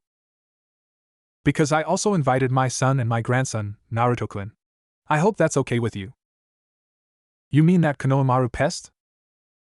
The Hokage smiled. Now, Naruto-kun. I heard you helped set my grandson on the straight path, and I thought you could be a good influence on him. I'm not training him, Gigi. I'm way too busy. The Hokage appeased the young blonde with a raised palm. I'm not asking to train him, but if you have a little time, share your wisdom with him. I'm not wise, Gigi, pointed the blonde. The Hokage smiled. Much like I'm wiser than you, you're wiser than young Konohamaru. Now, here they come. And indeed, walking towards was a kid Naruto knew to be Konohamaru, and a tall, muscular adult with black hair and a beard that reminded the blonde of the Hokage. That's your son? Indeed. Asuma-kun, please meet Naruto-kun. The tall man smiled good-naturedly. Evening, Pops. Nice to meet you, Naruto. Naruto grinned. Nice to meet ya, Asuma-san. Aye, boss. Konohamaru greeted with enthusiasm and a toothy smile with a hole in the middle. Naruto scowled. I told I'm not your boss, shrimp. Come back to me when all your milk teeth have fallen. Konohamaru's eyes watered. But you said you would. Mean it? The kid wailed. Naruto flushed in embarrassment, and shushed the younger boy with promises of being his boss if he shut up. The two older Sarutobi chuckled and Asuma took a seat before the host came to take their order. Naruto felt warm inside. That evening was awesome. Over the month and a half that followed, a new routine established itself for Naruto. The Hokage saw him several times, at least twice per week, to teach him all the possible manners of punching and kicking. There were so many possibilities, Naruto was dizzied at first. Punching was not about cocking back one's fist and throwing it around widely. Who knew? It was all about subtle motions of the legs, the hips, the belly, the shoulders, all about being in a state between relaxation and readiness to transfer momentum. To help him master it, the Hokage made him run through the academy katas. Naruto used to think them lame until the old man ground him to dust using only the style taught by the academy. According to the Kage, it was a very efficient style promoting balance and flexibility, and he insisted Naruto work with it, as it was also one easy way to learn how to strike. Every morning, the boy created two clones who worked on the katas, overseeing each other. Their day of hard work was transferred in his mind in the evening, causing a massive headache and his body to twitch beyond his control but helping him get better at a drastically increased pace. It was the Hokage who instituted the two clones limit after an accident that almost left Naruto a drooling, brain-dead mess. The boy's grandfather had explained to the blonde the possible benefits of using his shadow clones, but, having forgotten to enforce carefulness, Naruto had overdone it. That had been a lesson in and of itself, one Naruto wasn't going to discard any time soon. The rest of the time, Naruto was with Ibiki. The Jounin kept playing his mind games, running in circles around Naruto. As the month passed, however, the circles became more and more elaborate, pushing the boy to new heights, forcing him to discover new meaning to the words crafty and mean. When his sensei was taken by an emergency in TNI, however, Naruto was kept occupied by guiding Konohamaru's and the young Sarutobi's two friends' training. All the same, Naruto got progressively better at the obstacle course, until he stalled. During week 4, Ibiki eventually taught the blonde how to climb vertical surfaces and walk on water by molding his chakra in a certain way. Thanks to Naruto working hard to better his transformation jutsu with the hair exercise, the boy got the hang of the techniques quickly. It was then that Ibiki revealed that it was possible that the obstacle course might be impossible to solve perfectly without using chakra. The boy's outraged face was immortalized by Ibiki, who took a picture of his furious genin and told him he should have sought more information about the course. The next day was the first day Naruto successfully got back at Ibiki, covering the Jounin's gray coat in bright orange paint. Ibiki was both proud and furious, and Naruto was made to run the course again and again, with encouragements. The blonde boy also had his rematch against the Hokage. Needless to say, Naruto came prepared and won his bet. The blonde Uzumaki had known his Jiji's weakness for a while. The reason he had even tried his sexy transformation jutsu on him during the theft of the Forbidden Scroll was that he knew full well his surrogate grandfather was a pervert. It had had an even better result than Naruto had hoped for, but he also was clear on the fact the exact same trick wouldn't work twice. The best pranks were those that did not repeat themselves. Hence, Naruto had acquired a sample of the Hokage's favorite red and orange book that looked suspiciously like what Kakashi was always seen reading. A transformation had been enough to bypass the vendor, who had kindly informed him that he was buying pornography with a knowing smile and a perverted wink. 12 years old Naruto now bore a scar from the horrible reading session. The only positive was that he wouldn't have to experience an embarrassing talk about the birds and the bees from someone. Why that was even called the birds and the bees was beyond him. The innocent periphrase felt disgusting to him now that he knew what it dissimulated. In any case, his intel in hand, he had studied the kinks in the book with growing fascination mixed with horror. So girls weren't that yucky, who know they didn't have cooties, and how the hell would someone ever think of using a stool, a rope and a herring like that? A week later, when Naruto had faced the Hokage for a serious spar with their bet hanging on the result, the blonde had lost no time and immediately created a clone after detonating a modified explosive tag and popping one of his pranking supply. The tag created a deafening thunder-like clap and the bomb was of the stinking kind. Both devices were intended to force the Hokage to keep his eyes open. There, Naruto had sprung his trap, his clone and he changing into two girls, one a blue-eyed pigtailed blonde and the other a red-eyed brunette. Both were dressed in tight leather suits, the brunette holding a whip and the blonde silenced by a ball gag. When the brunette had started to whip the blonde who in turn had moaned sexily, the old Kage had lost his bearings and fainted, blood trickling from his nose. The funny thing was that Asuma, who had been their referee, was also out for the count. Naruto deduced the Sarutobi Jounin did have a thing for the pretty red-eyed brunette Jounin who was the sensei of Team 8. Naruto was proud that his observation and deductive skills had become so sharp. When the boy recounted the spar to Ibiki, his sensei gave him the widest smile Naruto had ever received, and with eyes shining with pride, the Jounin promised they'd yet do a great shinobi of the boy. And before he absolutely forbade Naruto to ever use the sexy jutsu on him on pain of running the course with strong encouragements.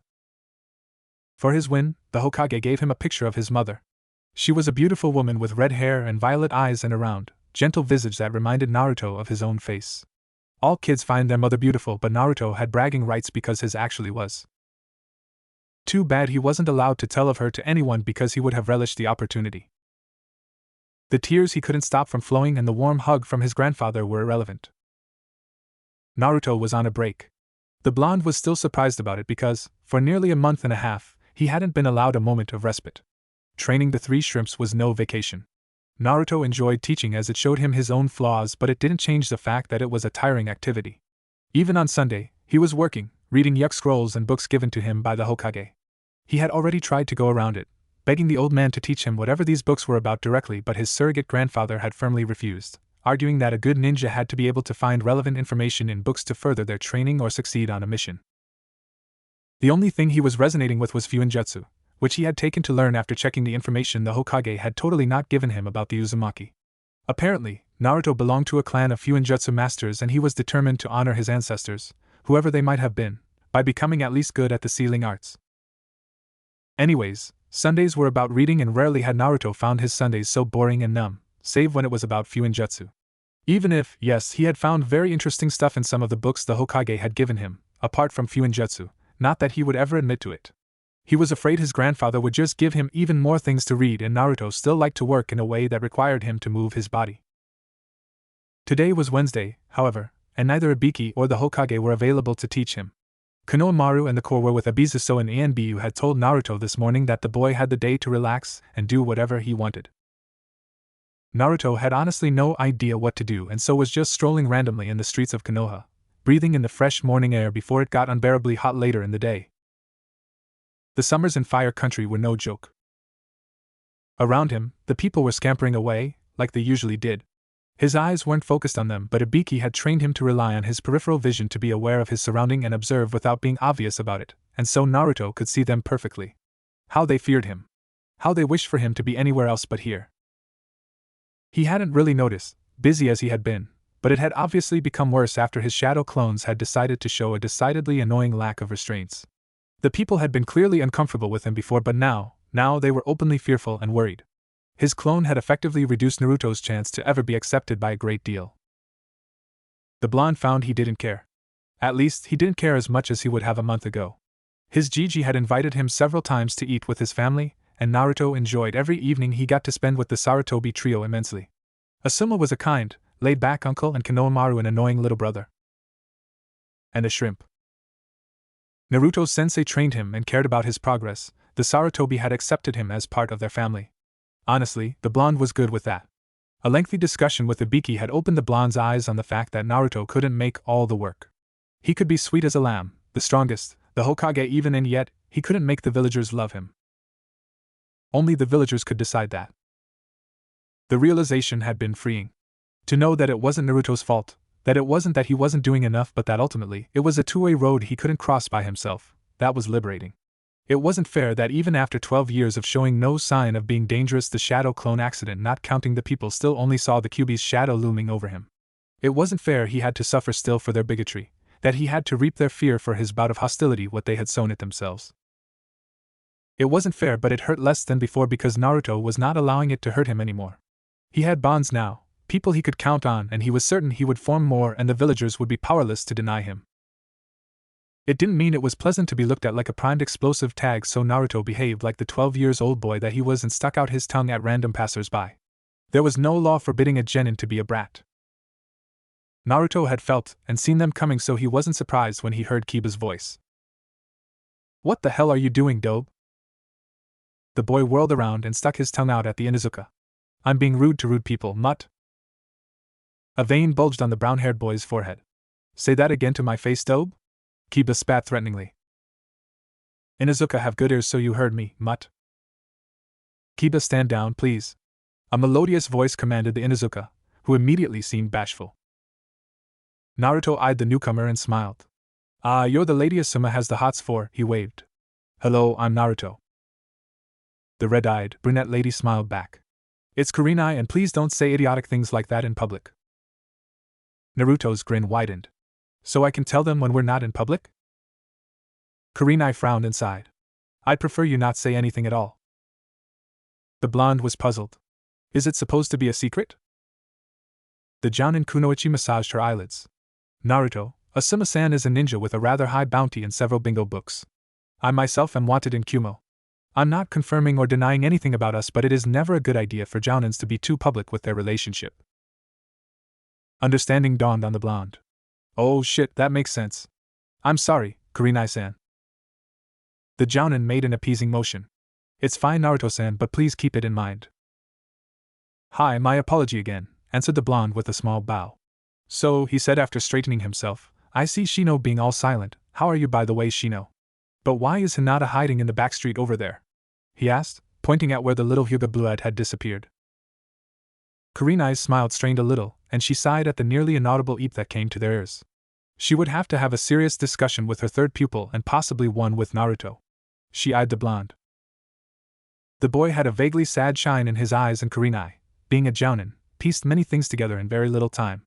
Kiba and Shino were both momentarily gone, dragging Hinata out of her hiding spot, and she took the opportunity.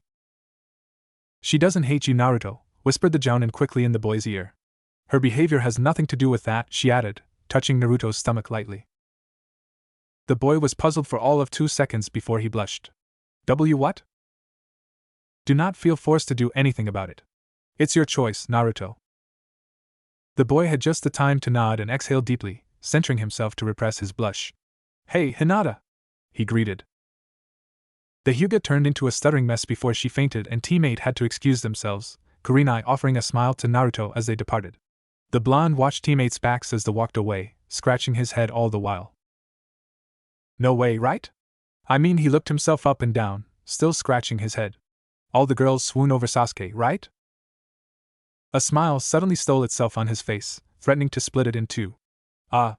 Take that, Kiba!" he exclaimed with a fist pump. Naruto entered Training Ground 7, where he was Team 10 finishing their warm-up. It was a hot morning of August, and the blonde was honestly not surprised. Shikamaru's warm-up was about laying down and watching the very rare clouds that were passing overhead. The Nara was still lazy. His eyes took in all relevant detail in a matter of 1 second. Ino Yamanaka, the kunoichi of the lot, was pampering herself, and Choji Akimichi was eating chips. Apparently, the Ino Shikacho trio had yet to get into gear. "Hello, Asamaji." The bearded Sarutobi waved at the blonde. "Hello, Naruto, I'm glad you accepted my invitation." Naruto smiled. Yeah, you know I'm only coming because you promised a neat trick with your trench knives." Team 10 sensei sighed. "Right. Did I say that?" Under the threatening glare of the blonde Uzumaki, the Sarutobi relented. "I did say that, don't leave yet." "You're sure about it?" "It's very hard, a Jounin-level exercise." Naruto nodded with determination. "Yup, might as well anticipate things and start on it now. So, I'm here to beat the shit out of your team?" The bearded Jounin only smiled as Ino snorted loudly before he could say anything. As if, Naruto baka. Sensei, let's be serious here, Naruto is the dead last. He can't best us, the blonde girl exclaimed with the certainty of arrogance. Feeling Shikamaru's eyes on him, Naruto made a show of making a vein on his forehead bulge as he pointed at the blonde girl. Oi, say that again, pig face? I've always been leagues better than you. How did you call me Yubaka? Shikamaru sighed. Troublesome. Choji just munched on his chips. Naruto tuned out the girl and turned back to Asuma. So what's the deal? You spar with them for the morning. I'll give you various objectives and the team who achieve their first wins the spar. Team? Choji asked. But sensei, Naruto's alone. Naruto waved the Akimichi's concern. That's normal Choji, don't worry.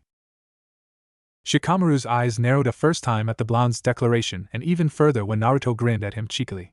When the blonde made a show of stretching his arms, the Naruto's eyes were reduced to slits. The blonde had slid a thumb under his throat in his stretching motion, looking at Shikamaru with an intensity the Naruto had never seen in the boy, all the while standing in a perfectly relaxed state. Very troublesome. A nagging feeling was telling Shikamaru his team was without a doubt going to be pasted. All that was left to see was how badly they would lose. Okay, Asumaji, the rules. Asuma smiled. Every match you'll have can be won in two ways. Either you incapacitate the other team or get the members to surrender, or you can accomplish an objective I'll give you before the other team. Now the first match is going to be a classic. The Jounin suddenly glared threateningly. If I say you're out, understood? No killing blow, no maiming blow. Is that clear? Hi sensei / yes Asumaji. All genin saluted. Good then, begin. The bearded Sarutobi suddenly shouted. Naruto immediately crossed his fingers. Shadow Clone Jutsu. The blonde bellowed before he was momentarily masked by a cloud of smoke, which revealed 4 replicas of himself arrayed around him as it dissipated. Attack! The boy ordered, pointing at Team 10. The 4 clones looked at each other and shrugged in sync before they all stuck their tongue out at Naruto and jumped off in the trees surrounding the clearing. What the hell? Oi, stupid clones, come back here! Naruto bellowed, turning his back to Team 10 who had only now gotten in standard formation. What an idiot, sneered Ino, who ran through hand signs and aimed her family jutsu at the blonde. A blonde who was still screaming his lungs out at his rebellious clone, jumping up and down and left and right in frustration, which incidentally kept Ino from properly get a clear shot. Shikamaru ran through his own hand signs and crouched as his shadow deformed and sped towards the blonde who decided now was as good a time as any to run after his clones to show them who was boss. The Naruto's shadow jutsu reached its limit an inch from Naruto, failing to ensnare the blonde. Suddenly, Shikamaru and Ino heard Choji whimper next to them. They had no time to ask the rotund boy what his problem was as each got a kunai pressed against their throat. Shikamaru immediately connected the sensation with the clones. They hadn't escaped the blonde's control. Not at all. The Nara felt his brain momentarily freeze at the fact he had been outsmarted by Naruto Uzumaki of all people. No, the boy corrected immediately. He hadn't been so much outsmarted as he hadn't taken the boy seriously. That changed now. Naruto wins the first round, declared Asuma, which got a wide grin from the Naruto who had been distracting Team 10 before he dispelled in a cloud of smoke. Shikamaru's eyes widened. They had been attacking a clone. The Nara boy sighed. It was going to be troublesome. The bearded Jounin threw the boy a smile that promised pain and suffering and up-training and motioned to Naruto to come over. Are you the original? The Naruto shrugged. I might. Then again I might not. Shadow Clone is awesome like that. Asuma snorted, an amused smile floating on his lips. Right you are, kiddo. Alright, in the next spar, you're going to have to defend an object, namely this, said the Jounin, giving the Naruto an orange scarf. The blonde immediately got stars in his eyes as he saw the garment. If you can defend it for 15 minutes, then you win. You can, of course, attempt to neutralize my team. Their goal is to get the scarf. You can't destroy it, and you must keep it well. One Naruto has to wear it all time, Asuma said, completing the set of instructions. The Naruto snatched the scarf and tied it around his arm, looking at it like it was the latest fashionable item and preening. Ino sneered. You have the entire training ground. Begin, Asuma shouted. This time, Team 10 immediately charged at the Naruto wearing the scarf. The blonde's eyes widened. You'll never have my precious, the boy screamed before running in the woods. Ino scoffed. What an idiot. He obviously was lucky in the first round. Now that we know he can make those weird clones, he can't win, said the girl with a self-assured smirk. Shikamaru shook his head and strained his sense to the max as they entered the forested part of the training ground. Be alert, Ino, he's gotten way better than he was at the academy. PFF, this idiot? He couldn't. Ino was interrupted by the sound of a trap being sprung. Before the girl could do anything, she was bombarded with 24 eggshells, filled with orange paint. A vein bulged on the girl's forehead. I'm going to kill him! Ino bellowed before charging headfirst, ignoring all attempts by her teammates to calm her. Shikamaru could only sigh as he and Choji heard several other traps being sprung. The whole shadow clone gig had been a layered feint, the Nara now realized. The real Naruto had escaped, using the smoke screen of his jutsu to disappear and go trap the training ground. Shikamaru swallowed as he realized they were now progressing in very hostile territory. Choji. Yes, Shika? Don't move. 15 minutes passed quickly, and with Shikamaru and Choji moving exceedingly carefully through the forest, Team 10 had no chance to catch the blonde. The Nara dully noted that the Uzumaki was an up-and-coming trap master and decided he would never cross the blonde, at least never intentionally. The two boys met Ino back in the clearing. The girl was tied up, covered in orange paint and feathers, and also clearly quite angry. Naruto was posing in front of a clone, the scarf around his neck while the replica was nodding. The girl was quickly washed by to a water jutsu, courtesy of her sensei, and it was a furious Ino, a wary Shikamaru, and a munching Choji who faced Naruto for the third round. Alright, began Asuma, whose smile was now eating his entire face. Third round will happen only in the clearing. You three, Asuma said while facing his team, will have to tag Naruto, and you, Naruto, he said turning towards the boy, will have to tag all 3 of my students. The Jounin then proceeded to distribute tags, 1 per member for Team 10 and 3 for Naruto. These tags will stick with a little application of chakra. If you're tagged, you're out. As a special rule, there will be no ninjutsu of any kind for this match. Is that all clear? The blonde nodded, Shikamaru did the same, Choji humphed, and Ino cracked her fingers. Then begin. Team 10 fanned out and began a pincer maneuver, in hope of trapping Naruto. The blonde watched the 3 genins approach him and shuddered at the mean look Ino was directing at him. Before Team 10 could close the formation, Naruto sprang in action and darted towards Choji. The 2 boys engaged in a furious taijutsu exchange, Choji being overwhelmed quickly by the clockwork precision of Naruto's style. Shikamaru and Ino both rushed to help their teammate. In extremis, they got the blonde to back off before the Akimichi could be put out of the game. The 3 genins of Team 10 stared at Naruto, and Naruto stared back. For a fleeting instant, none moved before all 4 ninjas exploded into action. The blonde weaved in and out of the trio's formation, running backwards one moment only to aggressively punch through the team, escaping all attempts to box him in against the clearing's limits. With the efficiency and the rhythm of an automaton, Naruto dealt punches and kicks that very soon left his opponents bruised and short of breath. However, 3 versus 1 meant that the blonde, if he had avoided being tagged yet, couldn't tag any of his opponents either.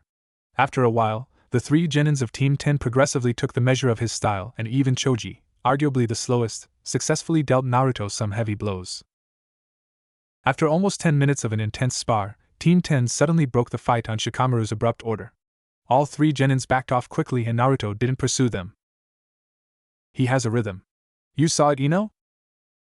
The Yamanaka girl was panting heavily, but she nodded. Prepare your tags. When I say go, we'll all tag him together, muttered the Nara, who was himself very out of breath. Even Choji, the bruiser of their team, was sweating heavily.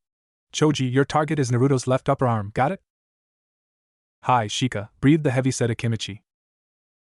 Naruto did not look much better though. They had their chance. Go! Shikamaru shouted, leading his team in a renewed assault.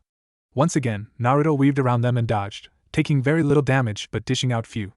Like he had done before, the blonde fell into a rhythm, an efficient set of moves that were great to keep a number of people at bay, Shikamaru realized, but which had the default of being rather predictable. His breath becoming shorter and shorter from exhaustion and anticipation, the Nara counted. And just as he gave the order, he saw the glint in the blonde's blue eyes and knew. He knew he had been had. Again. Now! Shikamaru choked, the realization stifling his shout. Naruto grinned and, as the Nara feared, abruptly shifted his stance, breaking his rhythm completely and tagging Shikamaru's teammates. Ino, Choji, you're out! Asuma bellowed, covering the outraged scream of the Yamanaka and the startled shout of the Akimichi. Before Shikamaru could react, Naruto tagged him. The Nara could only plant his own tag on the blonde's shoulder, while he received Naruto's square on his chest. Shikamaru out. Naruto, you lose a point. Arg, how did we lose again? Ino bellowed in anger and exhaustion, her brow marred with sweat and her two-piece purple outfit sticking to her frame. Okay, you have 5 minutes to rest and we'll do the final exercise for the day. Shikamaru groaned. There was still another one. Couldn't their sensei see they had had enough? The 5 minutes were up in seemingly no time and the Nara groaned in despair. Pushing himself up, Shikamaru leaned on Choji. After the intense spar, 5 measly minutes weren't enough for any of his teammates to have recuperated their stamina. Naruto, however, looked suspiciously fresh. The blonde had been sweating much like them and breathing hard a second ago, and yet he looked perfectly fine. He even faked his exhaustion, Shikamaru mumbled, now beyond basic surprise and just accepting the dead last was anything but. Ino apparently noticed the same thing and fell on her knees with a groan, while Choji just whistled. Damn, Naruto, you're still good to go? The Akimichi asked, unbelieving. You bet, Tabeo. The blonde answered with a thumb up. Alright, final spar, same as the beginning, you must incapacitate the opposing team. Team 10 gave a general sob of protest at the treatment. Further torture wasn't necessary, really, they got it, they would work earnestly from now on. Go! Asuma shouted, without any mercy for the Ino Shikacho trio. Naruto cracked his knuckles and blurred in what Shikamaru recognized as a body flicker before the blonde elbowed him in the chin, sending him to the land of dreams. Naruto had apparently also faked his real physical abilities, thought the Nara before unconsciousness claimed him. His sensei was going to be so very troublesome. Naruto was overjoyed. After 2 months of training under Ibiki-sensei and his Jiji, the Hokage had finally deemed him ready for C-rank missions. The boy had, on his own request, invaded the Hokage's office and helped the old man with his job over the past 2 months, and as such, he knew C-ranks were nothing really exciting. A C-rank mission was, by definition, a low-risk job that took place at least 2 days away from the village. The contractors were more often than not one-time clients, and the pay was only little better than D-rank's mission and the contents barely more stimulating. The real money was made with B and A ranks, which were often very long-term contracts and deals between Konohagakure and various merchants, towns, and of course, the Fire Lord. Those were the mission with the dangers and the action. Naruto didn't care about all that. For the first time of his life, he'd be allowed outside of Konoha, and that was worth anything. He couldn't wait to travel around Fire Country and see so many sights. The blonde had obtained his C-rank pass after single-handedly trashing Team 10 and Team 8. The Inuzuka, Abirame and Hyuga trio had opposed good resistance, but their sensei Kurenai had made one mistake. She had given Naruto 3 days to prepare when the blonde had asked only for 1. The great clans of the Warring Era had a wealth of information on many clans of Konoha, and even if it was mostly basic intel, Ibiki had drilled Naruto into using the bare minimum to counter his enemies. After allowing Team 8 to express themselves in a bout of taijutsu, and Naruto had to admit all 3 were good and truly pushed him, contrary to Team 10, the Uzumaki had taken things in his own hands. Perfume and pepper bombs planted on a shadow clone for Kiba, low-yield phosphorus tags and a neurotoxin-based insect poison for Shino and a reverse harem jutsu for Hinata and Team 8 had been out for the count. The Inuzuka had protested the outcome, saying it hadn't been a fight, and Kurenai had smacked the brash boy on his head and reminded him he was a ninja. If he wanted to fight fair, he could resign right now. That had shut Kiba up for a second before he challenged Naruto for a rematch, taijutsu only, which the blonde had accepted, on the condition that Kiba couldn't use any of his clan Ninpo and Akamaru couldn't fight with him. After all, taijutsu only meant taijutsu only, no jutsu, no tool, and certainly no ninja pet. Kiba had refused, apparently offended by the idea of fighting without his canine companion. The Uzumaki had then said to the Inuzuka boy in no uncertain term that taijutsu only was a retarded stipulation anyway because, as Kurenai-sensei had said, they were ninjas. As payment, Kurenai had helped him come with strenuous chakra control exercises and helped him with genjutsu. Creating one was still a bit too delicate for Naruto, but he could recognize and get out of one without much trouble by now. Naruto would have liked to test himself against Team 7, but the Hokage judged it unnecessary and did not relent at Naruto's protest, arguing that the boy just wanted to show up to Sasuke. Which Naruto admitted was entirely true, but still. The Uchiha bastard needed someone to show him he wasn't all that, in the Uzumaki's opinion. The old man was strongly against this sentiment, and had even ordered Naruto to never engage in a fight with the Uchiha outside of a regulated and sanctioned spar. Naruto had learned, among other things, to see underneath the underneath with Ibiki, and he understood he would never have the opportunity of a regulated and sanctioned spar against the Uchiha. He didn't know what his Gigi was afraid of. It couldn't be the fear of Naruto losing. The blonde had lost more than anyone else in the academy, including to Sasuke. Naruto loathed the feeling, hence part of his drive to be better, but at least he was used to it. So it meant that the Hokage was afraid of Sasuke losing, which simply comforted Naruto's opinion that the Uchiha heir was a fragile prima donna. The Uzumaki centered his thoughts as he entered the Hokage tower and made his way to the mission office. His GG hadn't been forthcoming as to which team Naruto would join for his first mission, only saying that it would be an experienced team so the boy could better learn. Naruto thought it was a good idea, as joining any of the team of his generation would be quite uncomfortable at the moment. Ino was insufferable, Shikamaru eyed him like he was a very complicated puzzle, Kiba was being Kiba, and Hinata now fainted at the mere view of him. Only Shino and Choji were normal around him, but Shino was cool as a cucumber so he didn't really count, and as long as an Akimichi had food, they were mainly unfazed. Naruto was a bit worried about Hinata though. That girl had a problem and he wasn't happy to think he might have made it worse with his reverse harem jutsu. Entering the mission office, a very large room that occupied almost the entire ground level of the tower, Naruto waved at his surrogate grandfather. "Hello, Hokage-sama." Ibiki had also drilled a vague sense of decorum into him. It had been a painful experience. "Hello, Naruto-kun. Thank you for coming," the Hokage greeted with a smile before he gestured towards a team whose members were standing to the side. "Let me introduce to Team Guy. You'll accompany them for this mission." Naruto turned towards his temporary teammates and blinked. Green. No, correction, 2 genins were normal. He forced his brain to get back to work and bowed. "My name is Naruto Uzumaki, genin, on a special assignment under Ibiki Marino. Please take care of me." Before he could fully assimilate it was happening, a young boy with dark hair in a bowl cut and very bushy eyebrows of the same color, decked in a green onesie, shook both his hands vigorously. "That was a most youthful introduction, Naruto-san. Please allow me to do the same. My name is Rock Lee and I'm a member of Team Guy.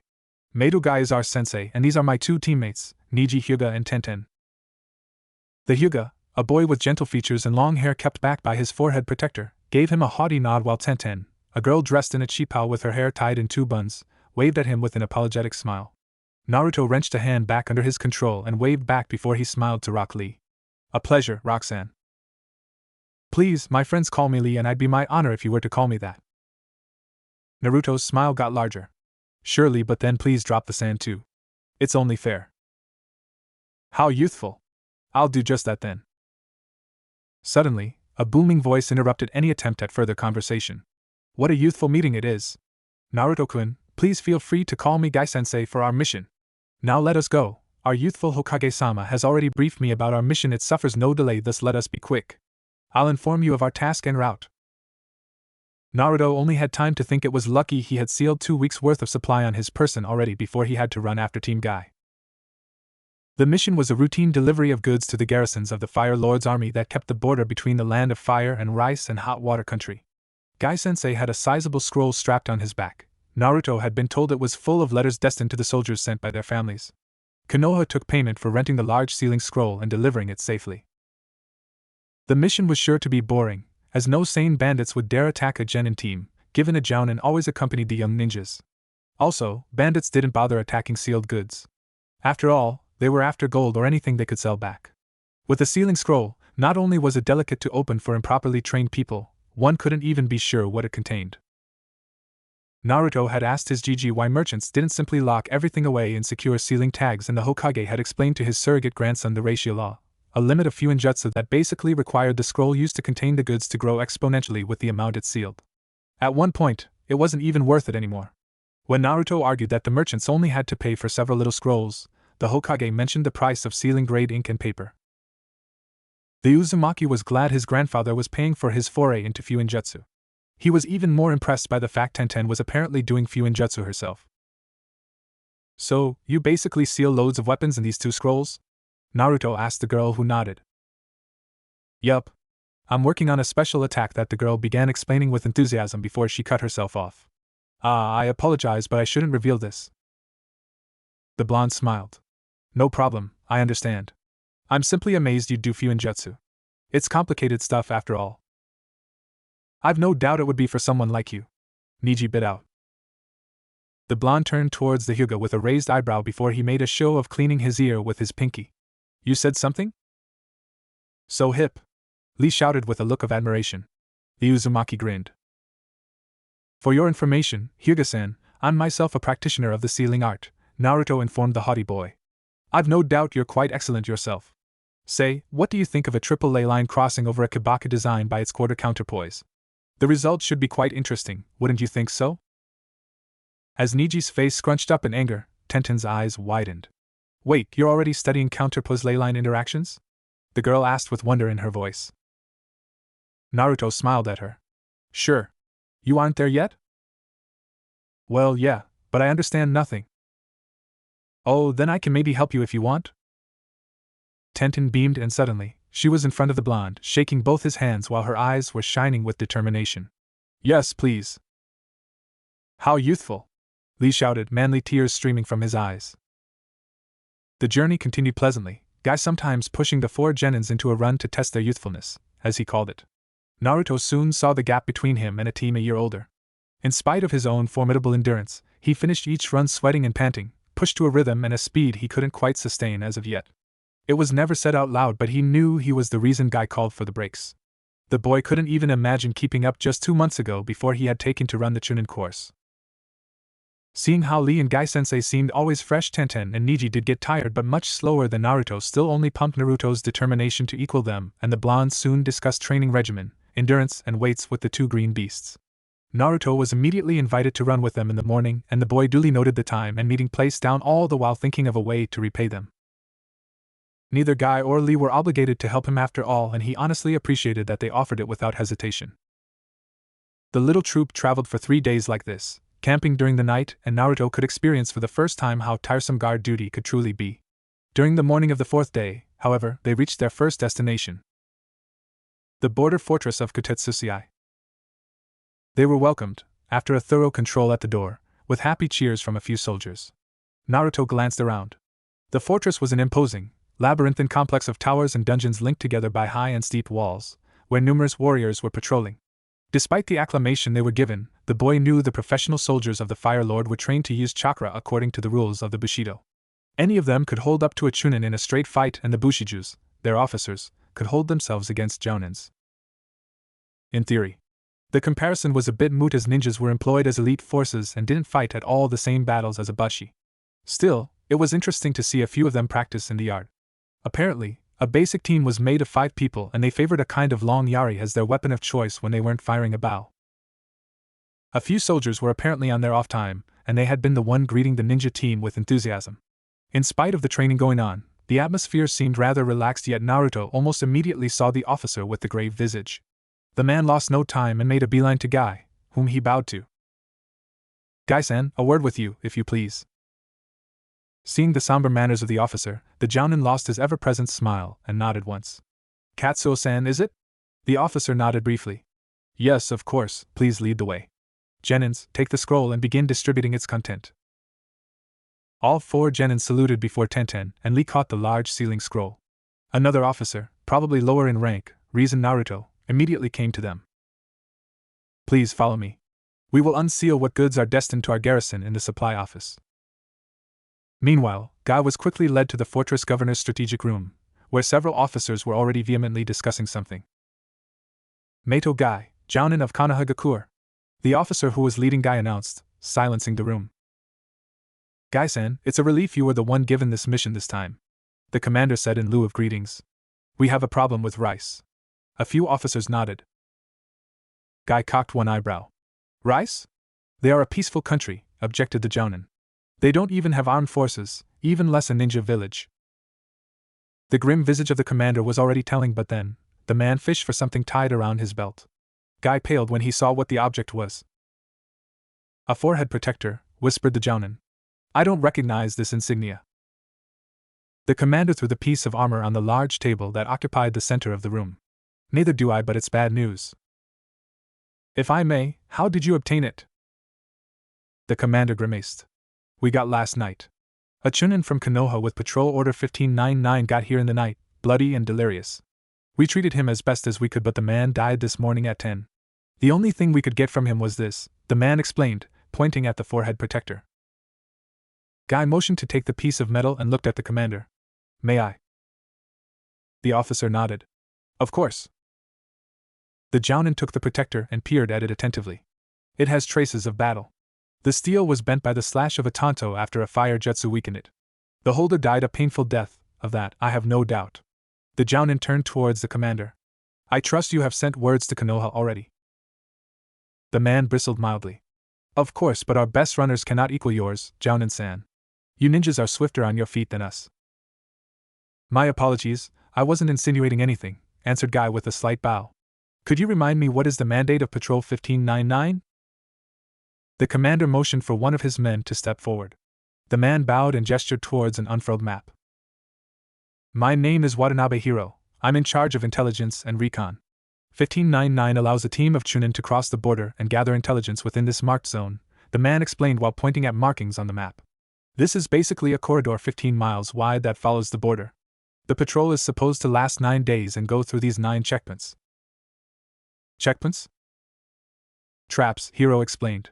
Flare mines to be precise. Should they be set off, they are powerful enough to inform us that something large is coming. They date back from our war against lightning. Something large? It's a complex trap and it can only be sprung if several conditions are met almost simultaneously. They were devised to inform us of an army coming, basically. Guy nodded. He had been young during the Third War, but he knew similar traps had been created in grass country to defend against the armies of the Land of Earth. Each had been tagged by the Yondame's famous Horatian. Whatever the case, if a group of ninja were attacking the patrols of Konoha and possibly disarming their defenses, it was bad news. Guy knew he had to act, and the question was, could he wait for the Hokage to answer, and what would he do with his genins? Guy gave a hard look to the genins under his command. The green-clad Jounin had lost his easygoing manners, and Naruto could see, beyond the ridiculous onesie, the hardened shinobi. Genins, something came up that requires my immediate attention. It is, however, too risky for you to accompany me. With a shushing motion, the Jounin prevented the protest of Rock Lee. You have another mission, genins. Deliver the scroll to the 2 fortresses along the border of hot water country. You'll be under Niji's command and accomplish your task without fail. Do you understand me? Guy asked in a tone that brokered no argument. Naruto wanted nothing more than to protest. Kakashi had not taught him much. In fact, the white-haired Jounin who had been his first team leader had not taught him anything at all. Save his motto. Those who abandon their comrades are worse than trash. The blonde knew Guy was a Jounin. He knew he was a formidable warrior, entirely capable of taking care of himself, yet still, it felt wrong. However, the hard visage of his momentary captain killed anything he wanted to say. It is not up for debate. You'll leave as soon as the supply office gives you the scroll back. Make haste and meet me again in Konoha, the Jounin said before he turned back to one of the fortress officer. I don't like it, muttered Lee, uncharacteristically quiet. Naruto nodded. If the physical likeness between master and student wasn't already an absolute giveaway of the admiration Rock Lee had for his Jounin sensei, the mannerism and the speech pattern left no doubt about it. The Uzumaki patted the older genin on the shoulder. He's a Jounin. He'll be fine. Sensei gave a mission and we will not fail it, interrupted Niji, his white eyes, characteristic of his clan, glaring at all 3 other genins.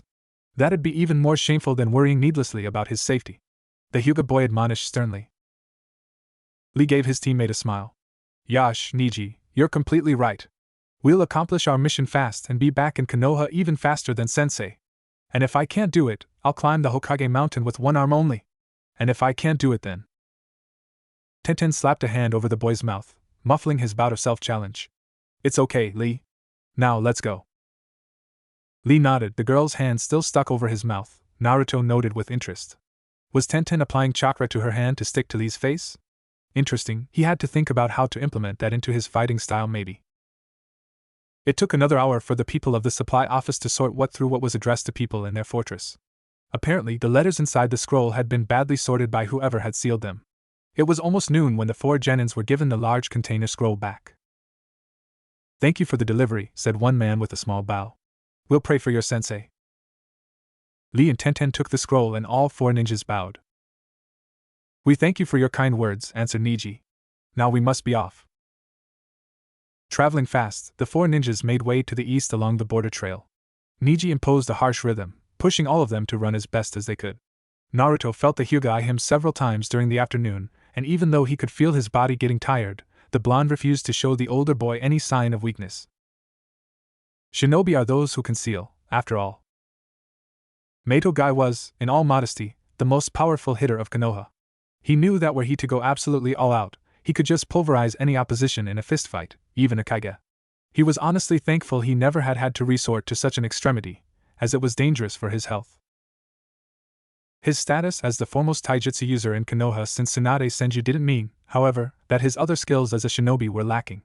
Contrary to appearance, Guy could very well track, hide and confuse his opponents like any of his peers. Confusing was a forte of his actually. The man eyed the map he was given by the commander. The location of all 9 checkpoints was noted on it, obviously approximately so as to avoid any loss of crucial intelligence to an enemy. Each checkpoint was associated with a small enigma, known only to a few, that had to be solved to deduce the exact location of the flare and the various triggers. Guy scratched his head as he flew from trees to trees, absent-mindedly avoiding branches and trunks from instinct alone.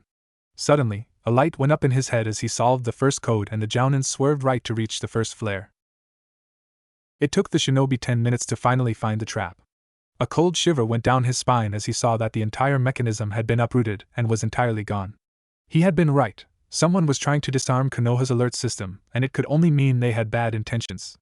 If the mysterious forehead protector, engraved with a musical note, was any indication, then the hostiles were ninjas. It could mean a fourth ninja war, given Lightning Country was looming not far behind the land of Rice. Rice was considered traditionally as a satellite of Iron Country, but it's not like the Lords of Lightning would care. The militaristic nation had lost the last conflict that opposed them to Fire Country, and their ninja village, Kumogakure, had been humiliated by Konoha and the Yondaime. Everyone knew they would jump on the first occasion to spark a war. Konoha operating in the land of Rice in retaliation of the acts of a new village would be seen as an aggressive expansion, and Lightning Country, needled by the Reikujai, would declare war, in the name of independence or whatever nice words they could find to dress the situation prettily and to their advantage. A war between 2 of the 5 powers was sure to embroil the rest in a generalized conflict, and propaganda was important to gain allies and keep the populations docile. Fucking bloodthirsty thought Guy, for once uncharitable. The Jounin had done his fair share of deeds he wasn't especially proud of, in the name of Konoha and the Fire Nation, but the Reikage was renowned to be a warmongering individual. Someone who thought Lightning Country ought to dominate the elemental nations, someone Guy had no doubt saw himself as the rightful leader of this part of the world. The Jounin darted off to the next location, solving the various codes as he went. Sticking to shadows and the cover of patches of forest, Guy sped along the border of Rice and Fire, invisible to the peasants who were busying themselves in the paddies. For the entire day, one after the others, Guy discovered all traps disarmed and destroyed. In spite of his best efforts, the Jounin couldn't spot any hint as to the identity of the people who had done it. The mark of professionals doing a professional's job. If his friend Kakashi had been here, his keen nose could have maybe picked up something, but as it was, Guy wasn't gifted like the Hataki or the members of the Inuzuka clan. The Jounin could only curse his luck to be the one to have to bring such grave news to the Hokage when he had so little information. The old man didn't deserve to lead his village in yet another war. No, Guy decided, he couldn't go back without anything more than the fact their positions at the border of Fire and Rice were compromised. He had to investigate more. A spike of worry speared through his heart at the thought of his genins, but the Jounin shook his head and steeled his soul. They were genins, they were soldiers of the village, they would do fine and be fine. The Jounin sped up towards the 6th flare, hoping he would find anything that would give him some clue. Night fell on Fire Country and finally, Niji ordered the group to stop. Naruto nearly fell over but stopped himself, fighting against the urge to flop down and lie still. Observing Niji carefully, the blonde saw after a second that the Hyuga boy was putting up a front, which made Naruto smirk. The petty boy had tried to make him show weakness, no doubt to get back at him for the Fuinjutsu humiliation, and had only succeeded to tire himself. Tenten had no such reservation and leaned against a tree trunk, gasping for air. Only Lee seemed to still be good to go. Damn it, Niji, what took you to make us go that fast? The girl protested, breathing hard and glaring at the Hyuga boy. Niji swallowed thickly and waited for a few seconds to answer. I want to go back to Konoha as quick as possible, explained the boy in one breath before inhaling greedily. We need to complete the mission and then make sure Konoha knows whatever is going on. Very youthfully said Niji. Lee exclaimed with a fist pump. I've no doubt our friends of Kotetsusi have efficient messengers, but better be safe than sorry. Guy-sensei was worried about something, and he might need backup. Yes, Cut Tenten, but if we tire ourselves like that we won't ever reach Konoha anytime soon. We need to pace. Damn it, Lee, are you even listening? Lee got up from his push-up position and saluted the girl. Sorry Tenten, but this run got my blood pumping and I need to express my youthfulness. The girl groaned in exasperation, Naruto laughed, and Niji chose to sigh. The night went by without incident, and Tenten even successfully convinced Lee he needed to sleep to continue. Naruto discovered that, while his stamina wasn't an endless well, he recuperated very quickly and woke up refreshed in spite of Niji continuing to be an ass and giving the one guard quarter that fucked up one's sleep cycle. The Uzumaki wasn't going to apologize for making a fool out of the Hyuga. Niji had been the one to be all condescending first, and Naruto had souped of enough condescending asshole for a lifetime after Sasuke. He wasn't going to back down. The new sun was barely up when Niji ordered them to start running again. During the day, they had to slowly orient themselves slightly to the south, as the border curved and Rice was replaced by Hot Springs County. They made a break at noon to eat some of their rations honestly. Naruto couldn't understand why everyone said they were dreadful. He had eaten worse food than that in his youth before they booked it, still pushing themselves to reach their next stop as fast as possible. It was the end of the afternoon when the citadel of Akamure came into view and evening was fully there when the genins reached the doors. They were promptly halted by a trio of guards and allowed passage when Niji showed their mission order. The hostile face of the Bushi morphed to a more welcoming one when they understood the 4 ninjas were delivering mail. The former hidden village of the land of Onsen had been razed to the ground during the Third War by the Raikage with the help of Kyumo's Jinchuriki and the entire Kinkaku Corps. From the ashes, a trading city was birthed, one that held a world-renowned fair all year long. The village, however, was even more famous for its countless hot springs and the many inns that took advantage of the natural resource. Hence, Akamure wasn't a fortress in the traditional sense of the word. As much as it was a choke point against the armies of lightning, it was also a custom meant to collect the tax on all imports coming from hot springs. Proof of that was the countless people of all professions showing their ware to the soldiers while the tax collectors did their calculation at incredible speed. Naruto even noticed a few ninjas from Konoha surveying the ambient chaos. The blonde knew those in plain view were meant to be a distraction, while others, hidden, were doing the real job of spotting possible uninvited shinobi who would try to blend in with the crowd. The fact was, it was entirely too easy for a spy to go in by the countryside. The patrols could obviously not cover every inch of terrain. However, a number of things in Fire Country required people to have their paper in order, and patrols were allowed to randomly control anyone they had doubts about. Plus, important locations like the capital or Konoha itself were much more secure and much more difficult to infiltrate, and anyone caught without the necessary papers was sure to end up dead. Only after a long sojourn in torture and interrogation, of course. Hence why spies did try to appear to be honest merchants, or whatever other covers they could think of. The 4 genins were led to the administration building and once again they were told to wait until everything had been sorted out of the scroll. Going back in the large, busy courtyard, the young ninjas, in lack of better things to do, decided in silent agreement to lounge around. Lee immediately started to do push-ups. Niji looked up at the sky, his white eyes searching the clouds and the flights of birds for some truth, and Tenten took to sharpen her impressive collection of tools. Naruto stood momentarily stunned at the weapons the mistress had sealed on her before he shrugged it off as her way to cope with her over-the-top sensei and teammate. The blonde eventually took a seat and a leaf and focused on his chakra. Asuma gave him an interesting exercise called nature transformation and Naruto was determined to succeed. Guy was nearing the 7th flare when all his danger senses started tingling. Finely honed instincts roared at him to dodge, and the Jounin did just that, throwing himself to the ground and out of the way of a rain of pink-colored senbons. An ambush. How youthful, muttered the green-clad Jounin as he ran through hand signs. Show yourself, he called to the trees around him. Don't make me go and look for you, he continued in a jovial tone. Another rain of senbon pierced him, and Guy started to turn to earth. The real Jounin bulldozered like a missile through the tree right where the senbons had been launched from. Dynamic surprise. The Jounin bellowed just as his foot made contact with the face of a woman, catapulting her out of her branch and against a tree trunk, where she shattered in a shower of pink crystal-like substance. Guy immediately somersaulted back to the ground and ran through more hand signs before slamming both palms to the earth. The ground rumbled for a second before a massive shockwave upturned it, uprooting trees and creating a clearing bordered by earthen walls, a crater surrounded by jagged teeth.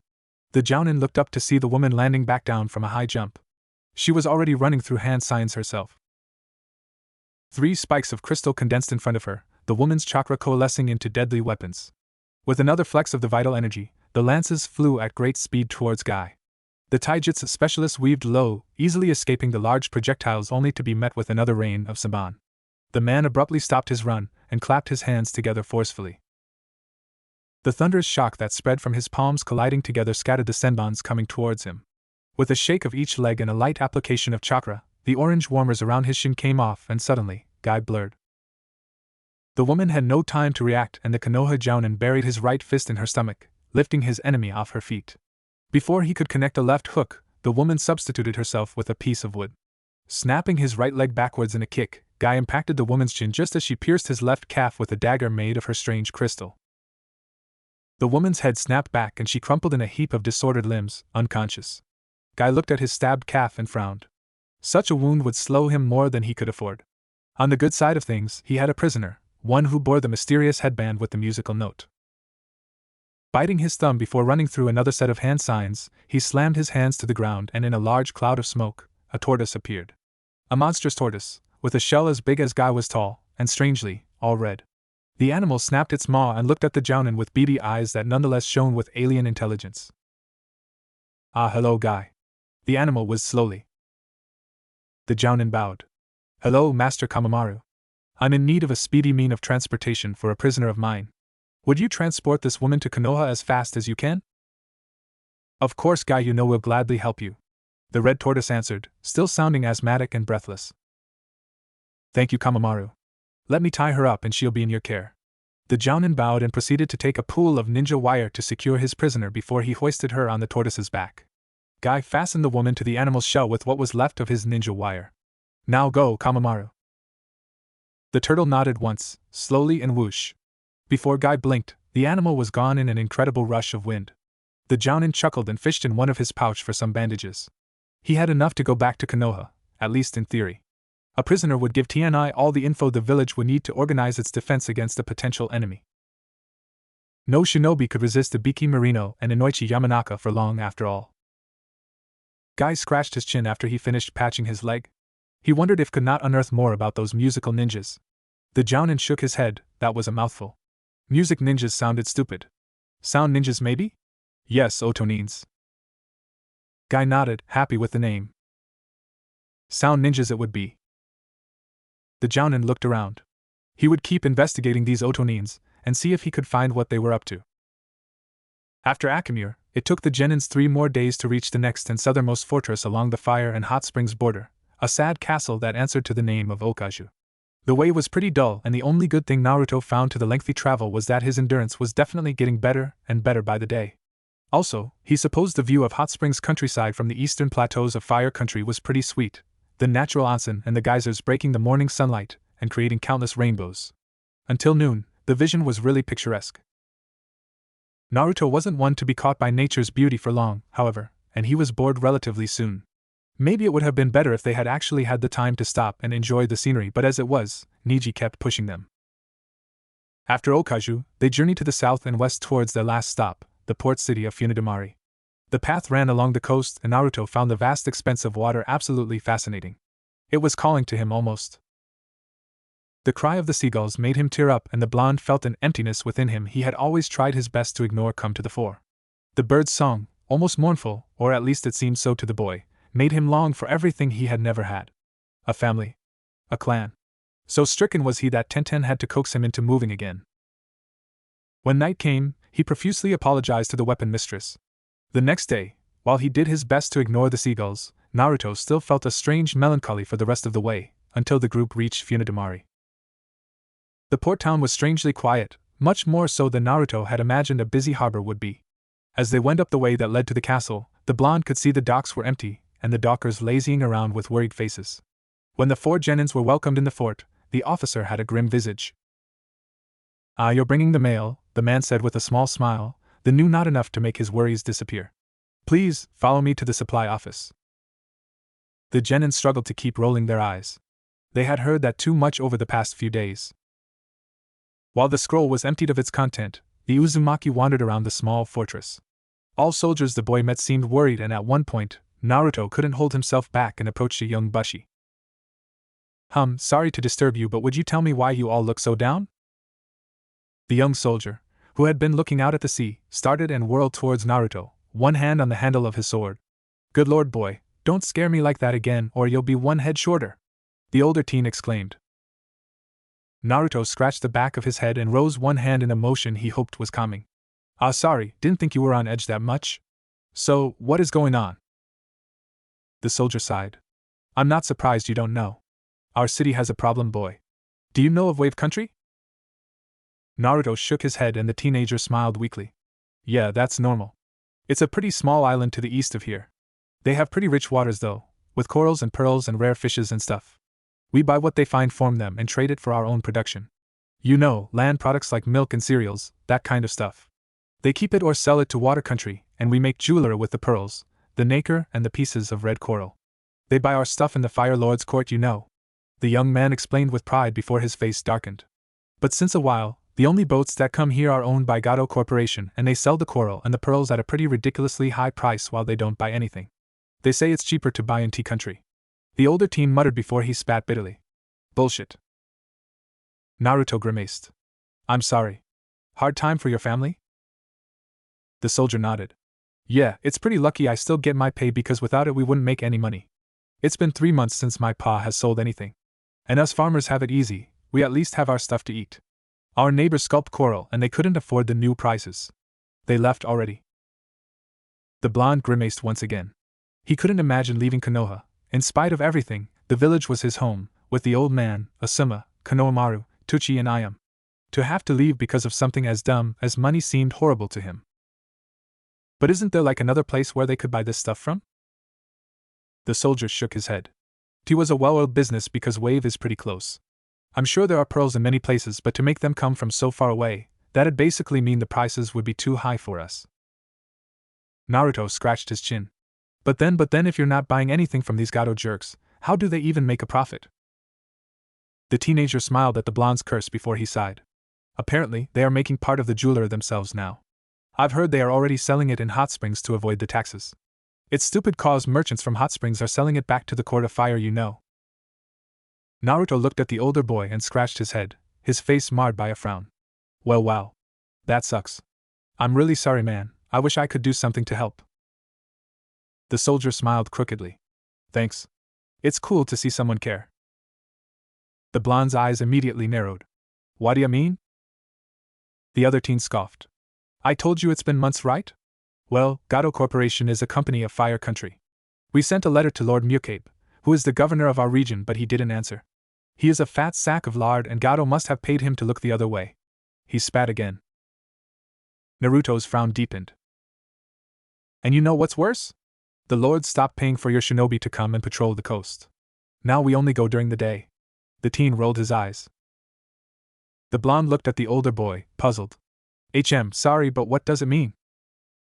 The soldier smirked. Never been out much, huh?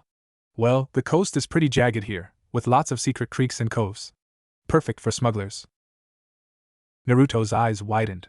You think he is encouraging smuggling? The teenager shrugged.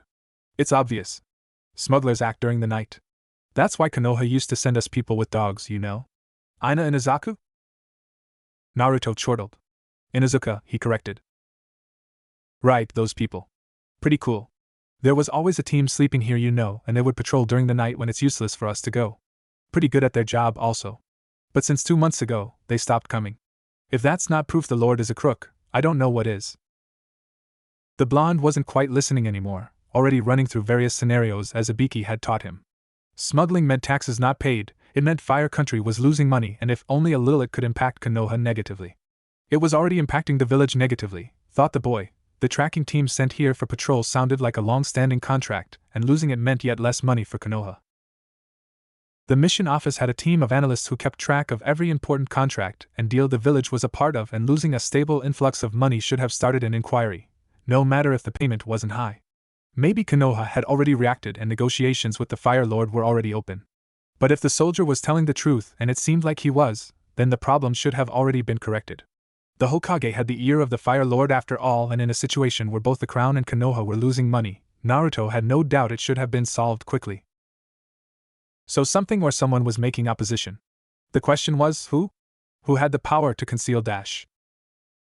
Naruto froze. Of course. Shinobi. The boy forced himself to relax and leaned against the battlements, turning his gaze inward and to the forts inside. As inconspicuously as he could, and he knew him turning around like that wasn't he scanned the castle around him. He cursed silently. They had talked too loudly. He had to warn his teammates. Naruto stretched like a lazy cat before he bowed to the older teen and smiled. Sorry, I didn't get your name, he said with an extended hand. Mine is Menma. The soldier returned the blonde's smile. Mine is Shinji. Naruto nodded. Well, Shinji, it was a pleasure discussing the sea with you. The blonde began before he had to throw a harsh glare at the older teen who was looking at him with puzzlement. Thanks for sharing all this knowledge. Naruto leaned towards the older teen. Keep a dagger on you at all times, Shinji. If the Lord is in, then some of the officers here are accomplices. Shinji's eyes widened, but the blonde slapped him so fast, his surprise was replaced with anger. What did you? Don't show anything. Naruto whispered harshly before he made a sorry face. Sorry, there was an annoying fly, sorry. The blonde apologized. Remember, stay armed and alert. He whispered again. The older teenager gulped and nodded. Why, yeah, sure. The blonde smiled. Good, take care, Shinji, he said with a meaningful glare and a gentle wave. I need to go back to my teammates. The supply office should be done soon after all, and we'll need to go. Guy allowed the transformation to dissipate, and it was like sand was falling off his face to reveal his true appearance, while the fake clothes he was wearing seemed to melt into a kind of water that evaporated before it reached the ground. Looking for ninjas in an entire country being, simply put, absolutely impossible, the Jounin had resorted to traditional intelligence-gathering methods. He had disguised himself as a beggar and listened in on conversations he wasn't necessarily meant to hear. The peasants of Rice Country were happy. Apparently, Gato Corporation had bought their crops at a slightly higher price than the markets, and being rather poor, the peasants felt rich. The Jounin had traveled through many villages and larger towns alike for an entire week, and it was the same everywhere. The crops had been entirely bought by Gato Corporation. Guy knew of only one thing that needed that much food. An army.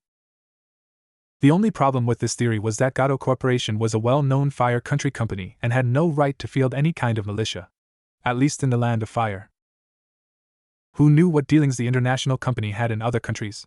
The Jounin had instigated, however, and if some of the rice was indeed leaving Rice Country through hot springs, much of it was stored in large warehouses apparently to stay in Rice.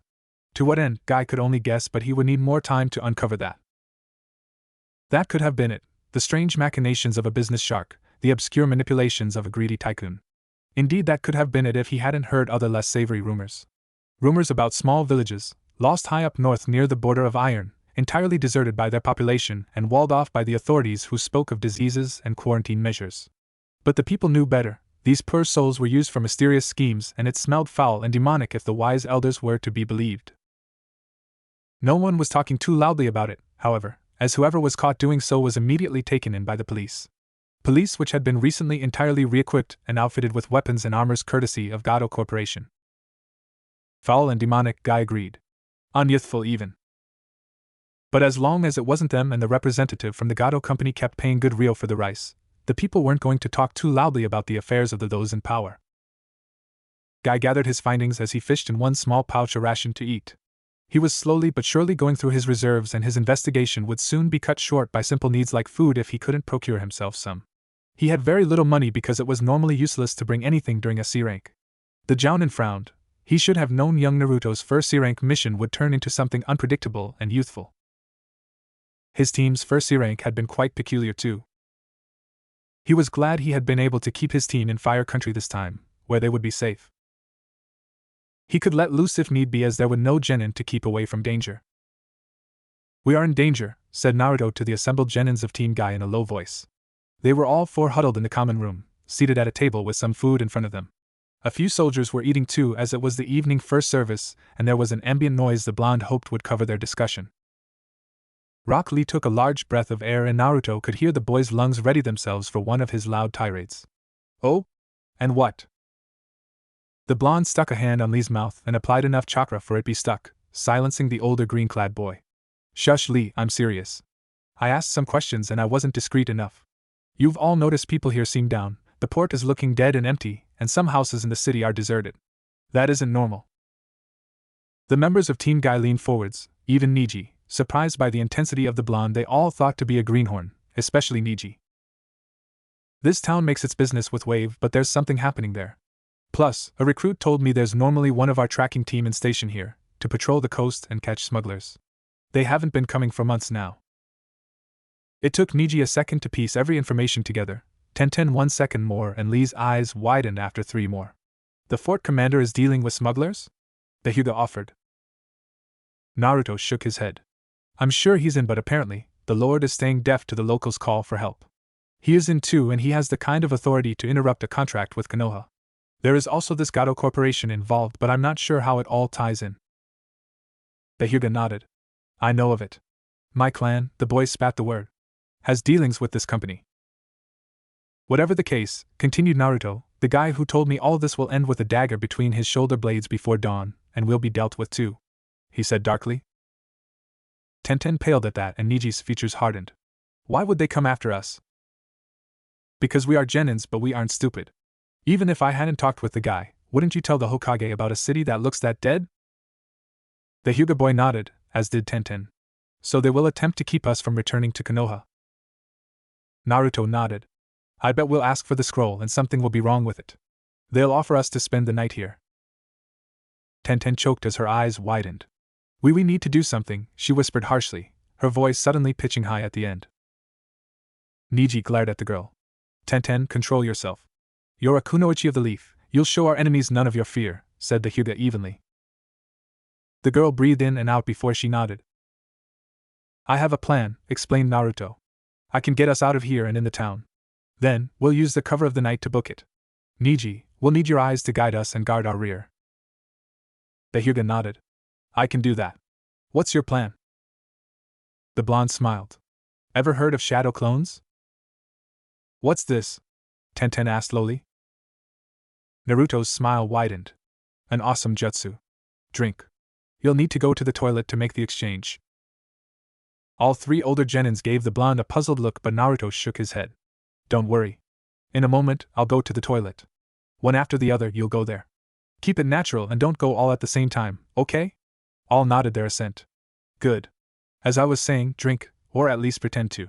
It needs to feel natural. Niji, you'll come first and activate your Byakugan to tell me if the outside wall is clear. Then, when you see Niji comes out, it will be Tenten's turn to come and you two will be our lookout until I get Lee out. Niji will come back? I thought we were escaping. Who will replace us? The girl questioned, skeptical. It'll be a clone, like all of us. Clones cannot use a transformation jutsu. Niji objected. Naruto nodded. Normal clones can't, but as I said, it's an awesome jutsu. Trust me. Are we ready? The blonde asked, releasing Lee's mouth. The green-clad genin nodded with excited enthusiasm. It's a most youthful plan, he whisper-shouted, making all three of his companions wince. We need to work on your stealth, Lee, muttered Tenten. Niji gave Naruto a hard look. Don't let us down. The blonde eyed the Hyuga evenly. I won't. The four genins ate their fill and exited the common room after each took a quick break to the bathroom. After a rapid talk, it was decided they would start their journey back home before night had fully fallen. They were dirty and weary of traveling for more than a week now and wanted to be back in Konoha without too much delay. They just had to get the storage scroll back. It was the property of Konoha after all, and their mission included bringing it safely back to the village. Leading the three other, Niji stepped up to the door of the supply office and gave it a firm knock. The door was promptly creaked ajar and opened in full when the clerk behind saw the forehead protectors. We have arrived this morning, and it should have left you plenty of time to sort your business. Please give us back the scroll and we'll be on our way. Niji demanded, the clan-bred arrogance giving an inimitable weight to his order. The clerk paled and bowed. Ninja, I hoped you'd stay here tonight, he stuttered. Why, you see, one of my men made a mistake with the scroll and poured ink on it. We know how to absorb it, but now the scroll needs to dry. If only you'd allow us to correct our mistake during the night. Niji frowned and gave the stuttering man a dark look. Crass incompetence, muttered the Hyuga just loud enough for the clerk to hear. That isn't acceptable. You'll give us the scroll now and pay a fee to Konoha for your mistake.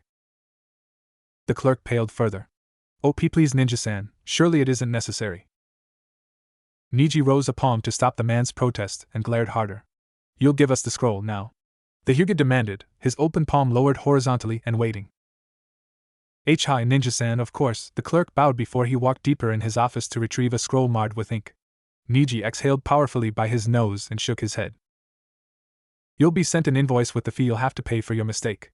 Have a pleasant evening, said the white-eyed boy with all the haughtiness he could muster. The four genins walked off, the scroll fastened on Lee's back, leaving behind a sweating clerk.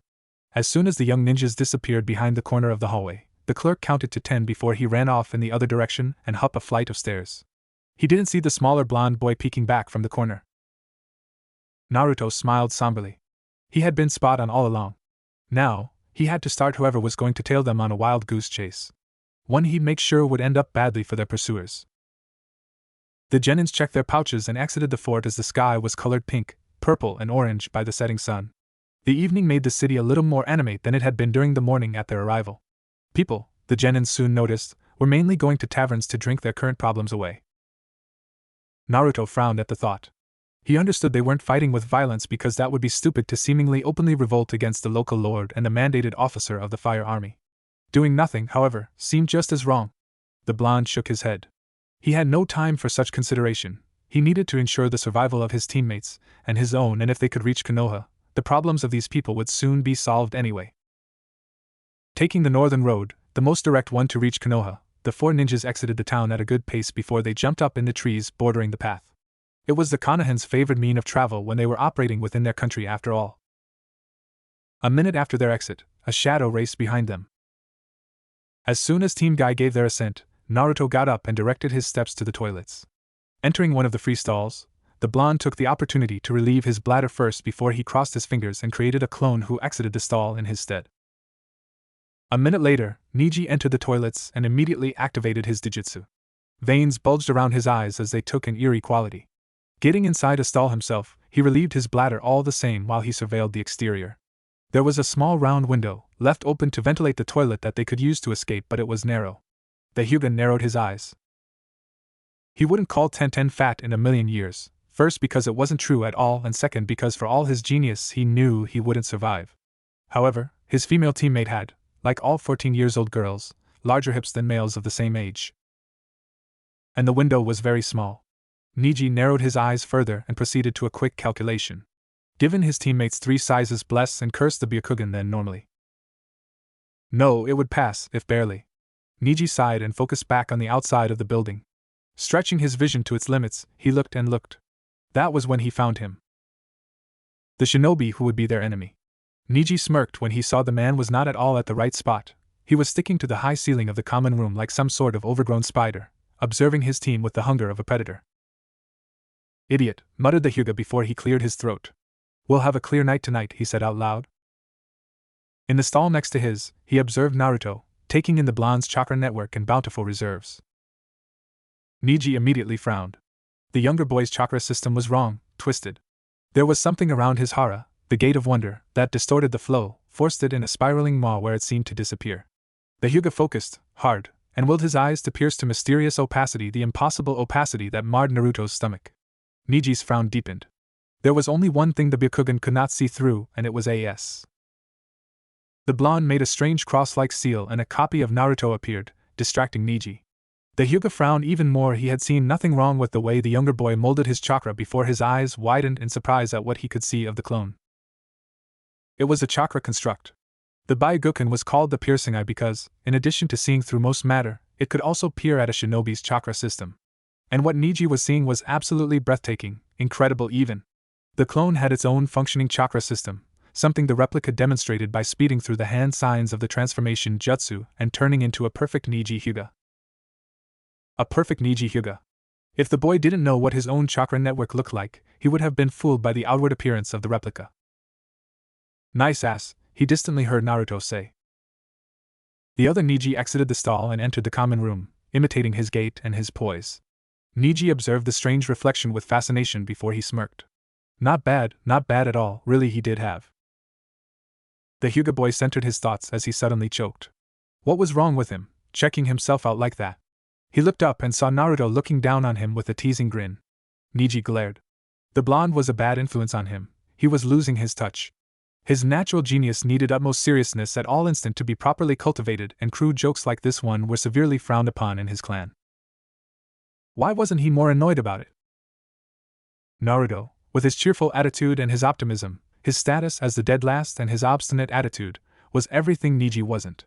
The blonde reminded him of Guy and Lee, without being insufferably loud, which was a point in his favor, the Hyuga supposed. In fact, Naruto reminded him of Lee the most, and how the talentless boy, incapable of even doing ninjutsu, had blossomed into a furious taijutsu beast under Guy's guidance.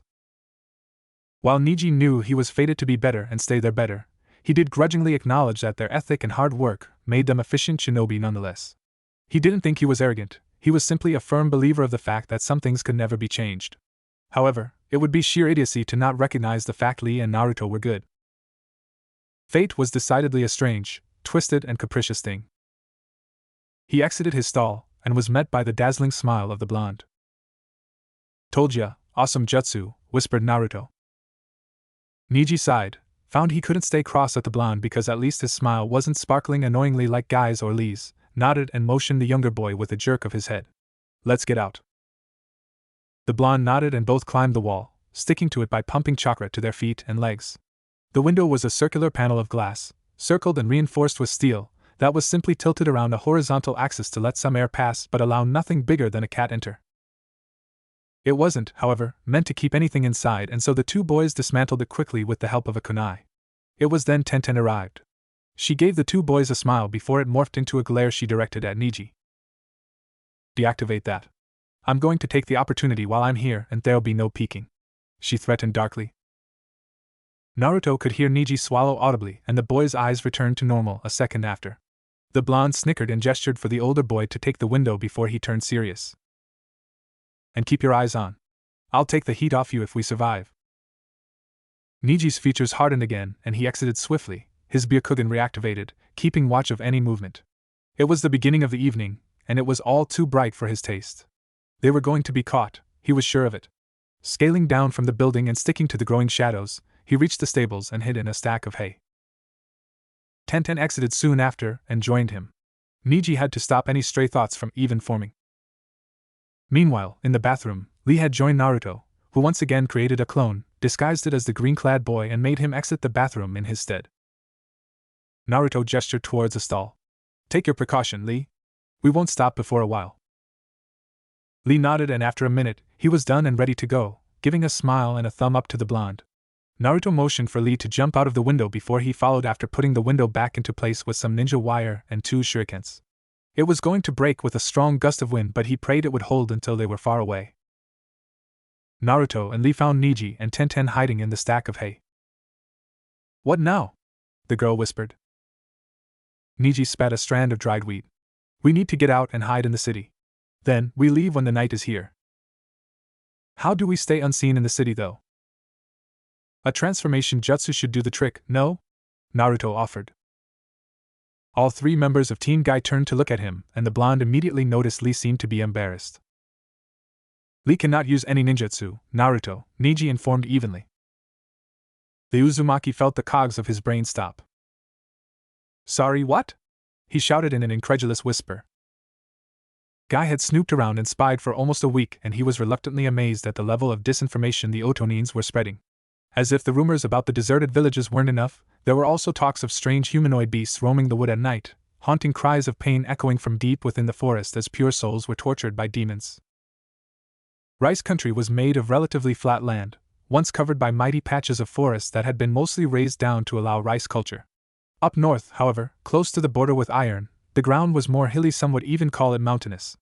There was nothing quite like playing on people's superstitions to keep them away from a specific place, and combined with the terrain ideal to hide a small armed troop, pinpointing a location to investigate had been easy. Hence why Guy had traveled up north. Yet, another few days of patient search later, and the man had found nothing but eerie and dark valleys covered in thick woods, gnarled tree and thorny bushes preventing passage, while a heavy fog plunged them in perpetual night. The scenery was right out of a nightmare, or alternatively, one of those B-series movies Lee was a fan of, and the Jounin understood why the region was deserted. It was wild, almost unnaturally so. Threateningly so, Guy would even say. Someone or something had transformed the region to fit their need, and their need was clearly to stay hidden and ward off potential intruders. They had done that without care for whoever had lived here first, as the few ruins the Jounin had come across proved it. On day 12 after leaving his genins to their own device, Guy found the reason for the rumors of the monsters. Someone had installed several ingenious contraptions which, when the wind blew through them, produced a very convincing roar or a ghostly wail, depending on the intensity of the breeze. Truly, the place he was searching was Otogekure. Guy combed through his filthy hair with a hand as he observed his surroundings, crouched low in a bush. All around him it was nothing but strange, tortured trees, poisonous vines, and the fog that seemed to cling to the earth like some sort of disease. His search was vain, he wouldn't succeed alone, without more time and clues.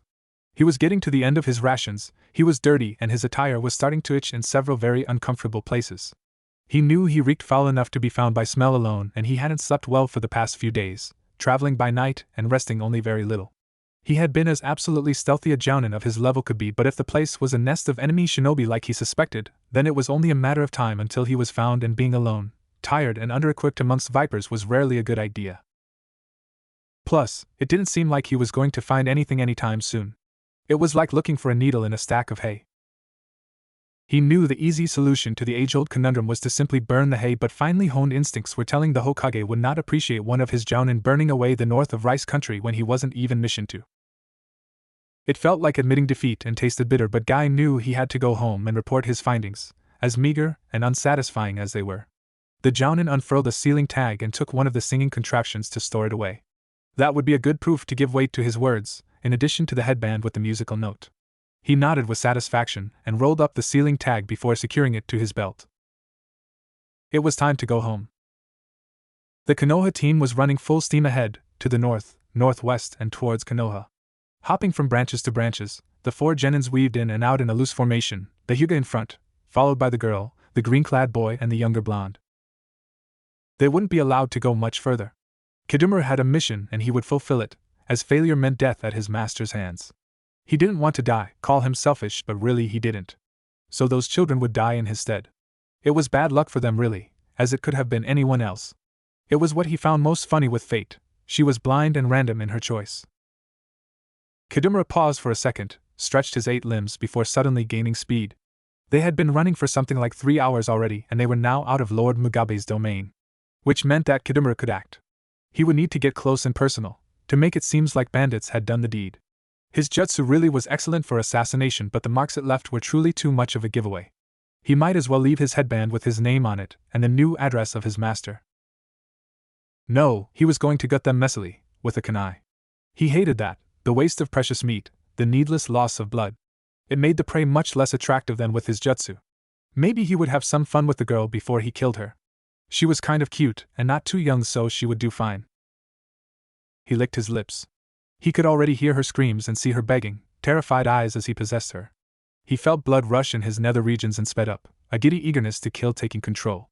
His left shoulder suddenly burned, an excruciating sensation of pain and pleasure mixed, and the veins in his body suddenly bulged, blackened by foul blood being pumped by his excited heart. He sped and overtook the genins, glad he had left his miserable acolyte back in town. He wouldn't need him for this. He liked better to hunt alone anyway. Once Kidumura had a comfortable advance on his 4 preys, he stopped and whirled around to face the direction they would come from. Stretching his 8 limbs again, he took a kunai in one of his 6 hands and a whetstone in another, and began to absent-mindedly sharpen his weapon before he opened his mouth, unhinging his jaw. Pushing chakra into his saliva, Kidumura felt the sticky substance of his silk drip from his unfurled tongue.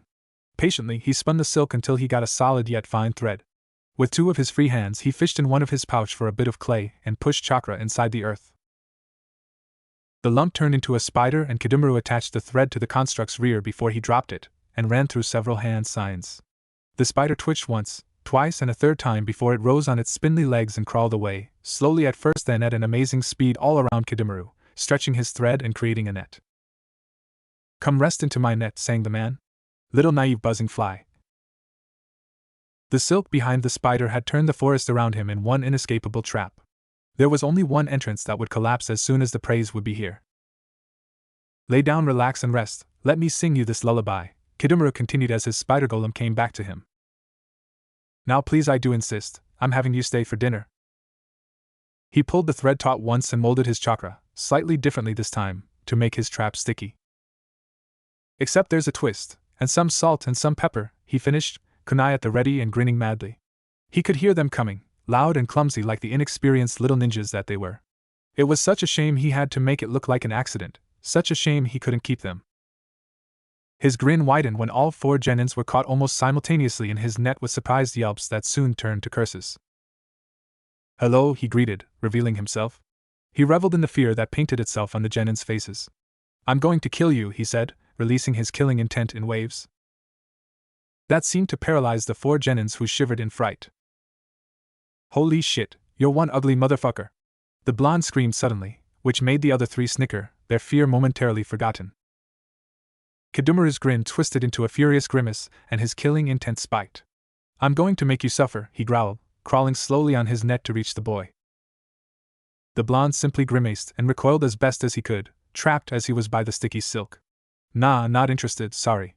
He bit out with bravado. It was then Kidomaru heard the distinct hiss of a primed explosive tag. His eyes widened. Escaping from the fortress without being seen was easy.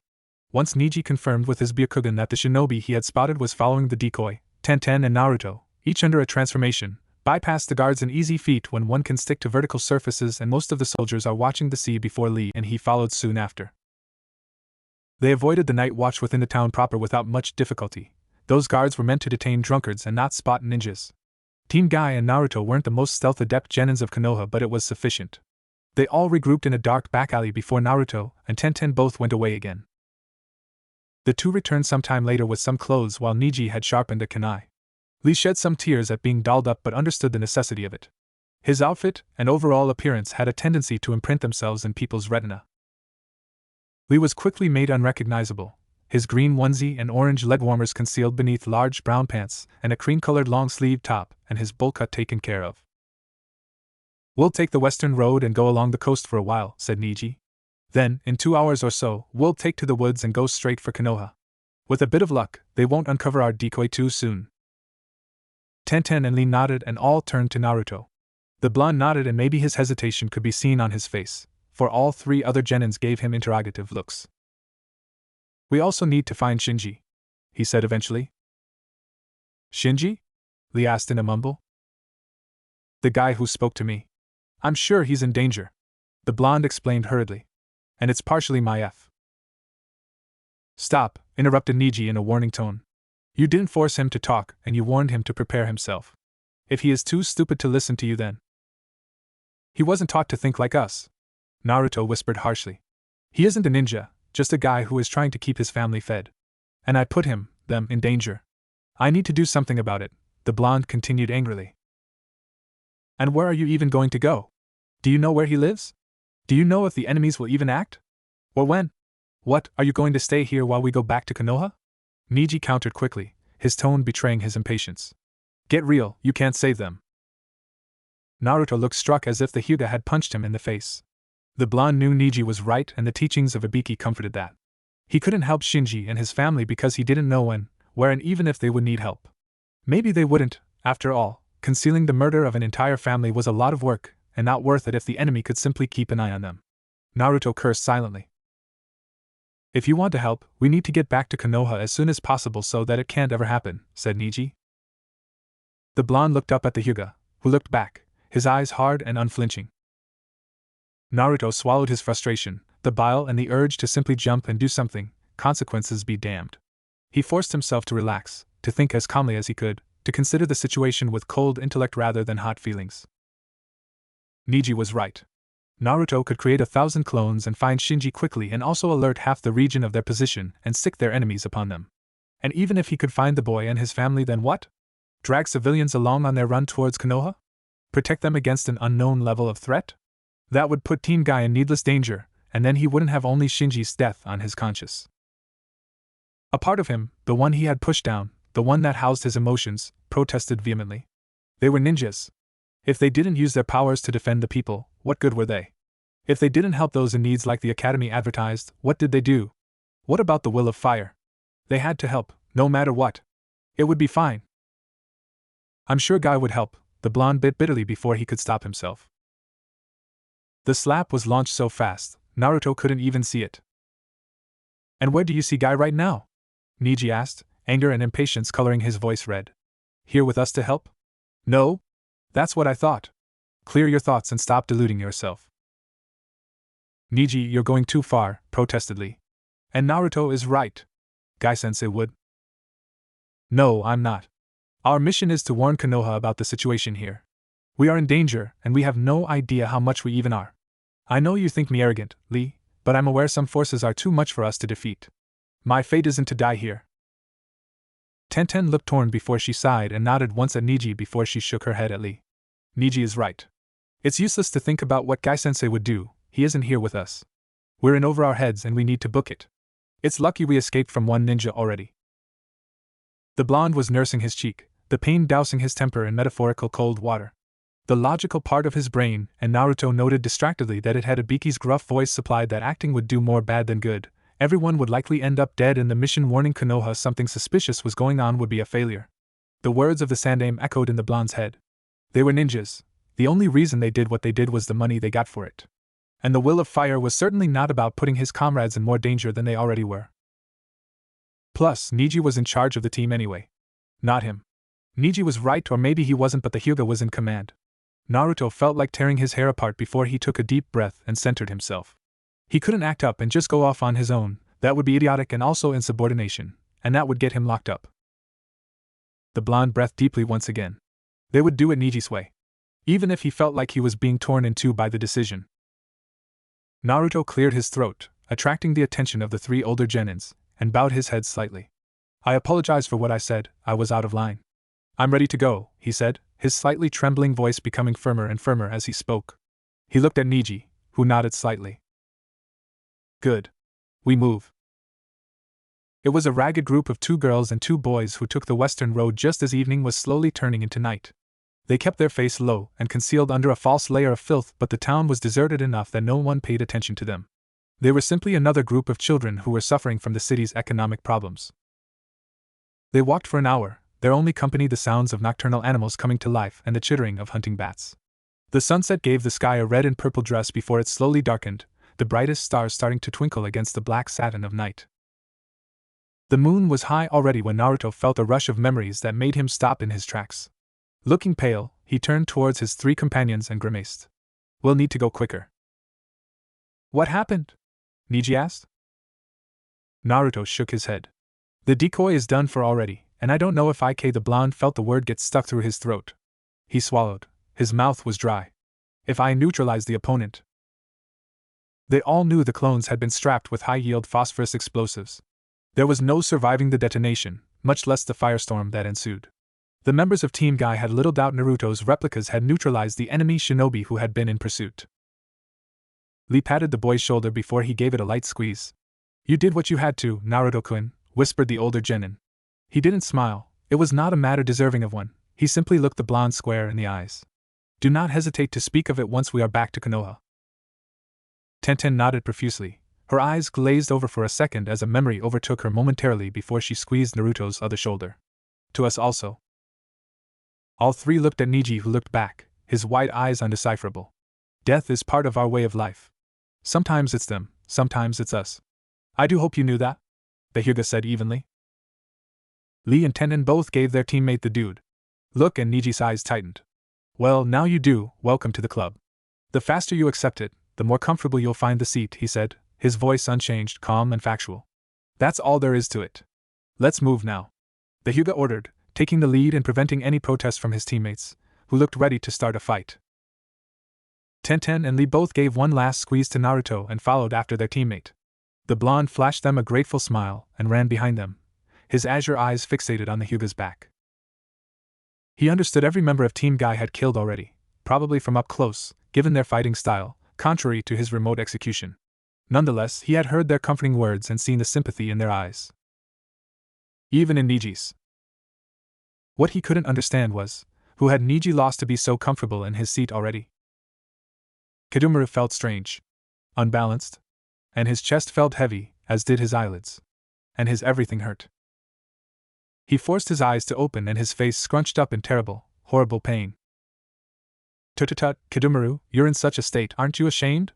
Someone drawled next to him. Kidomaru ignored the annoying voice and took stock of his situation, and indeed, he found it was a sorry one. He understood immediately he was going to die. He felt anger wash away the pain at the thought. Those little fuckers, they had tricked him, the flies were wasps. He had underestimated them, and his life was the price for his foolishness. The great Kidomaru, dying in a bath of his own guts. They got you good, didn't they? I guess you deserve it though. The annoying voice continued. You were an asshole, Kidomaru. And a cretin. Also, a sadistic pervert. Serves you right for not taking enemy shinobi seriously. Kidomaru tried to insult the voice, but he only gurgled. Not surprising, considering he was missing half his torso. The only reason he even had a shred of consciousness attached to his body was no doubt the power of his cursed mark. He could feel its power weakening though, pumping with foul drugs that were no use to keep him alive. Don't worry though, Kidomaru. I'll do your job in your place. Then the master will see I'm 10 times more worthy than you. He'll grant me the mark, make me one of his elite. Because I knew you were following a dud, Kidomaru, of yes I knew it. But I didn't say anything because I'm an asshole too, but I'm much more clever than you. Kidomaru prayed for death to take him. He couldn't bear to listen to this annoying voice any further, it really was torture. It was a shrill, jittering sound. A noise more than a voice, it was high-pitched and trembling. So annoying it was. Like the cries of a hunting bat. I know where they are, of course. It's a shame how ninjas rarely think of looking up. Even the Hyuga missed my dear pretties. Soon Kurokomori of the East Gate will join the sound 4. How does that sound, huh? Awesome. You're not listening, Kidomaru, how mean. And indeed, Kidomaru wasn't listening anymore. Nor was he looking or even breathing, for Kidomaru had finally died. Oh well then, time to go kill some noisy little genins. And I'll call for some help, as far as I'm concerned. See you in hell, Kidomaru. A dark shape jumped high up in one of the trees that hadn't been mercilessly blasted away by the explosive tags. Those genins were vicious, Kurokomori wouldn't underestimate them. Then, the silhouette, barely visible against the night sky, unfurled what looked like wings and jumped higher even.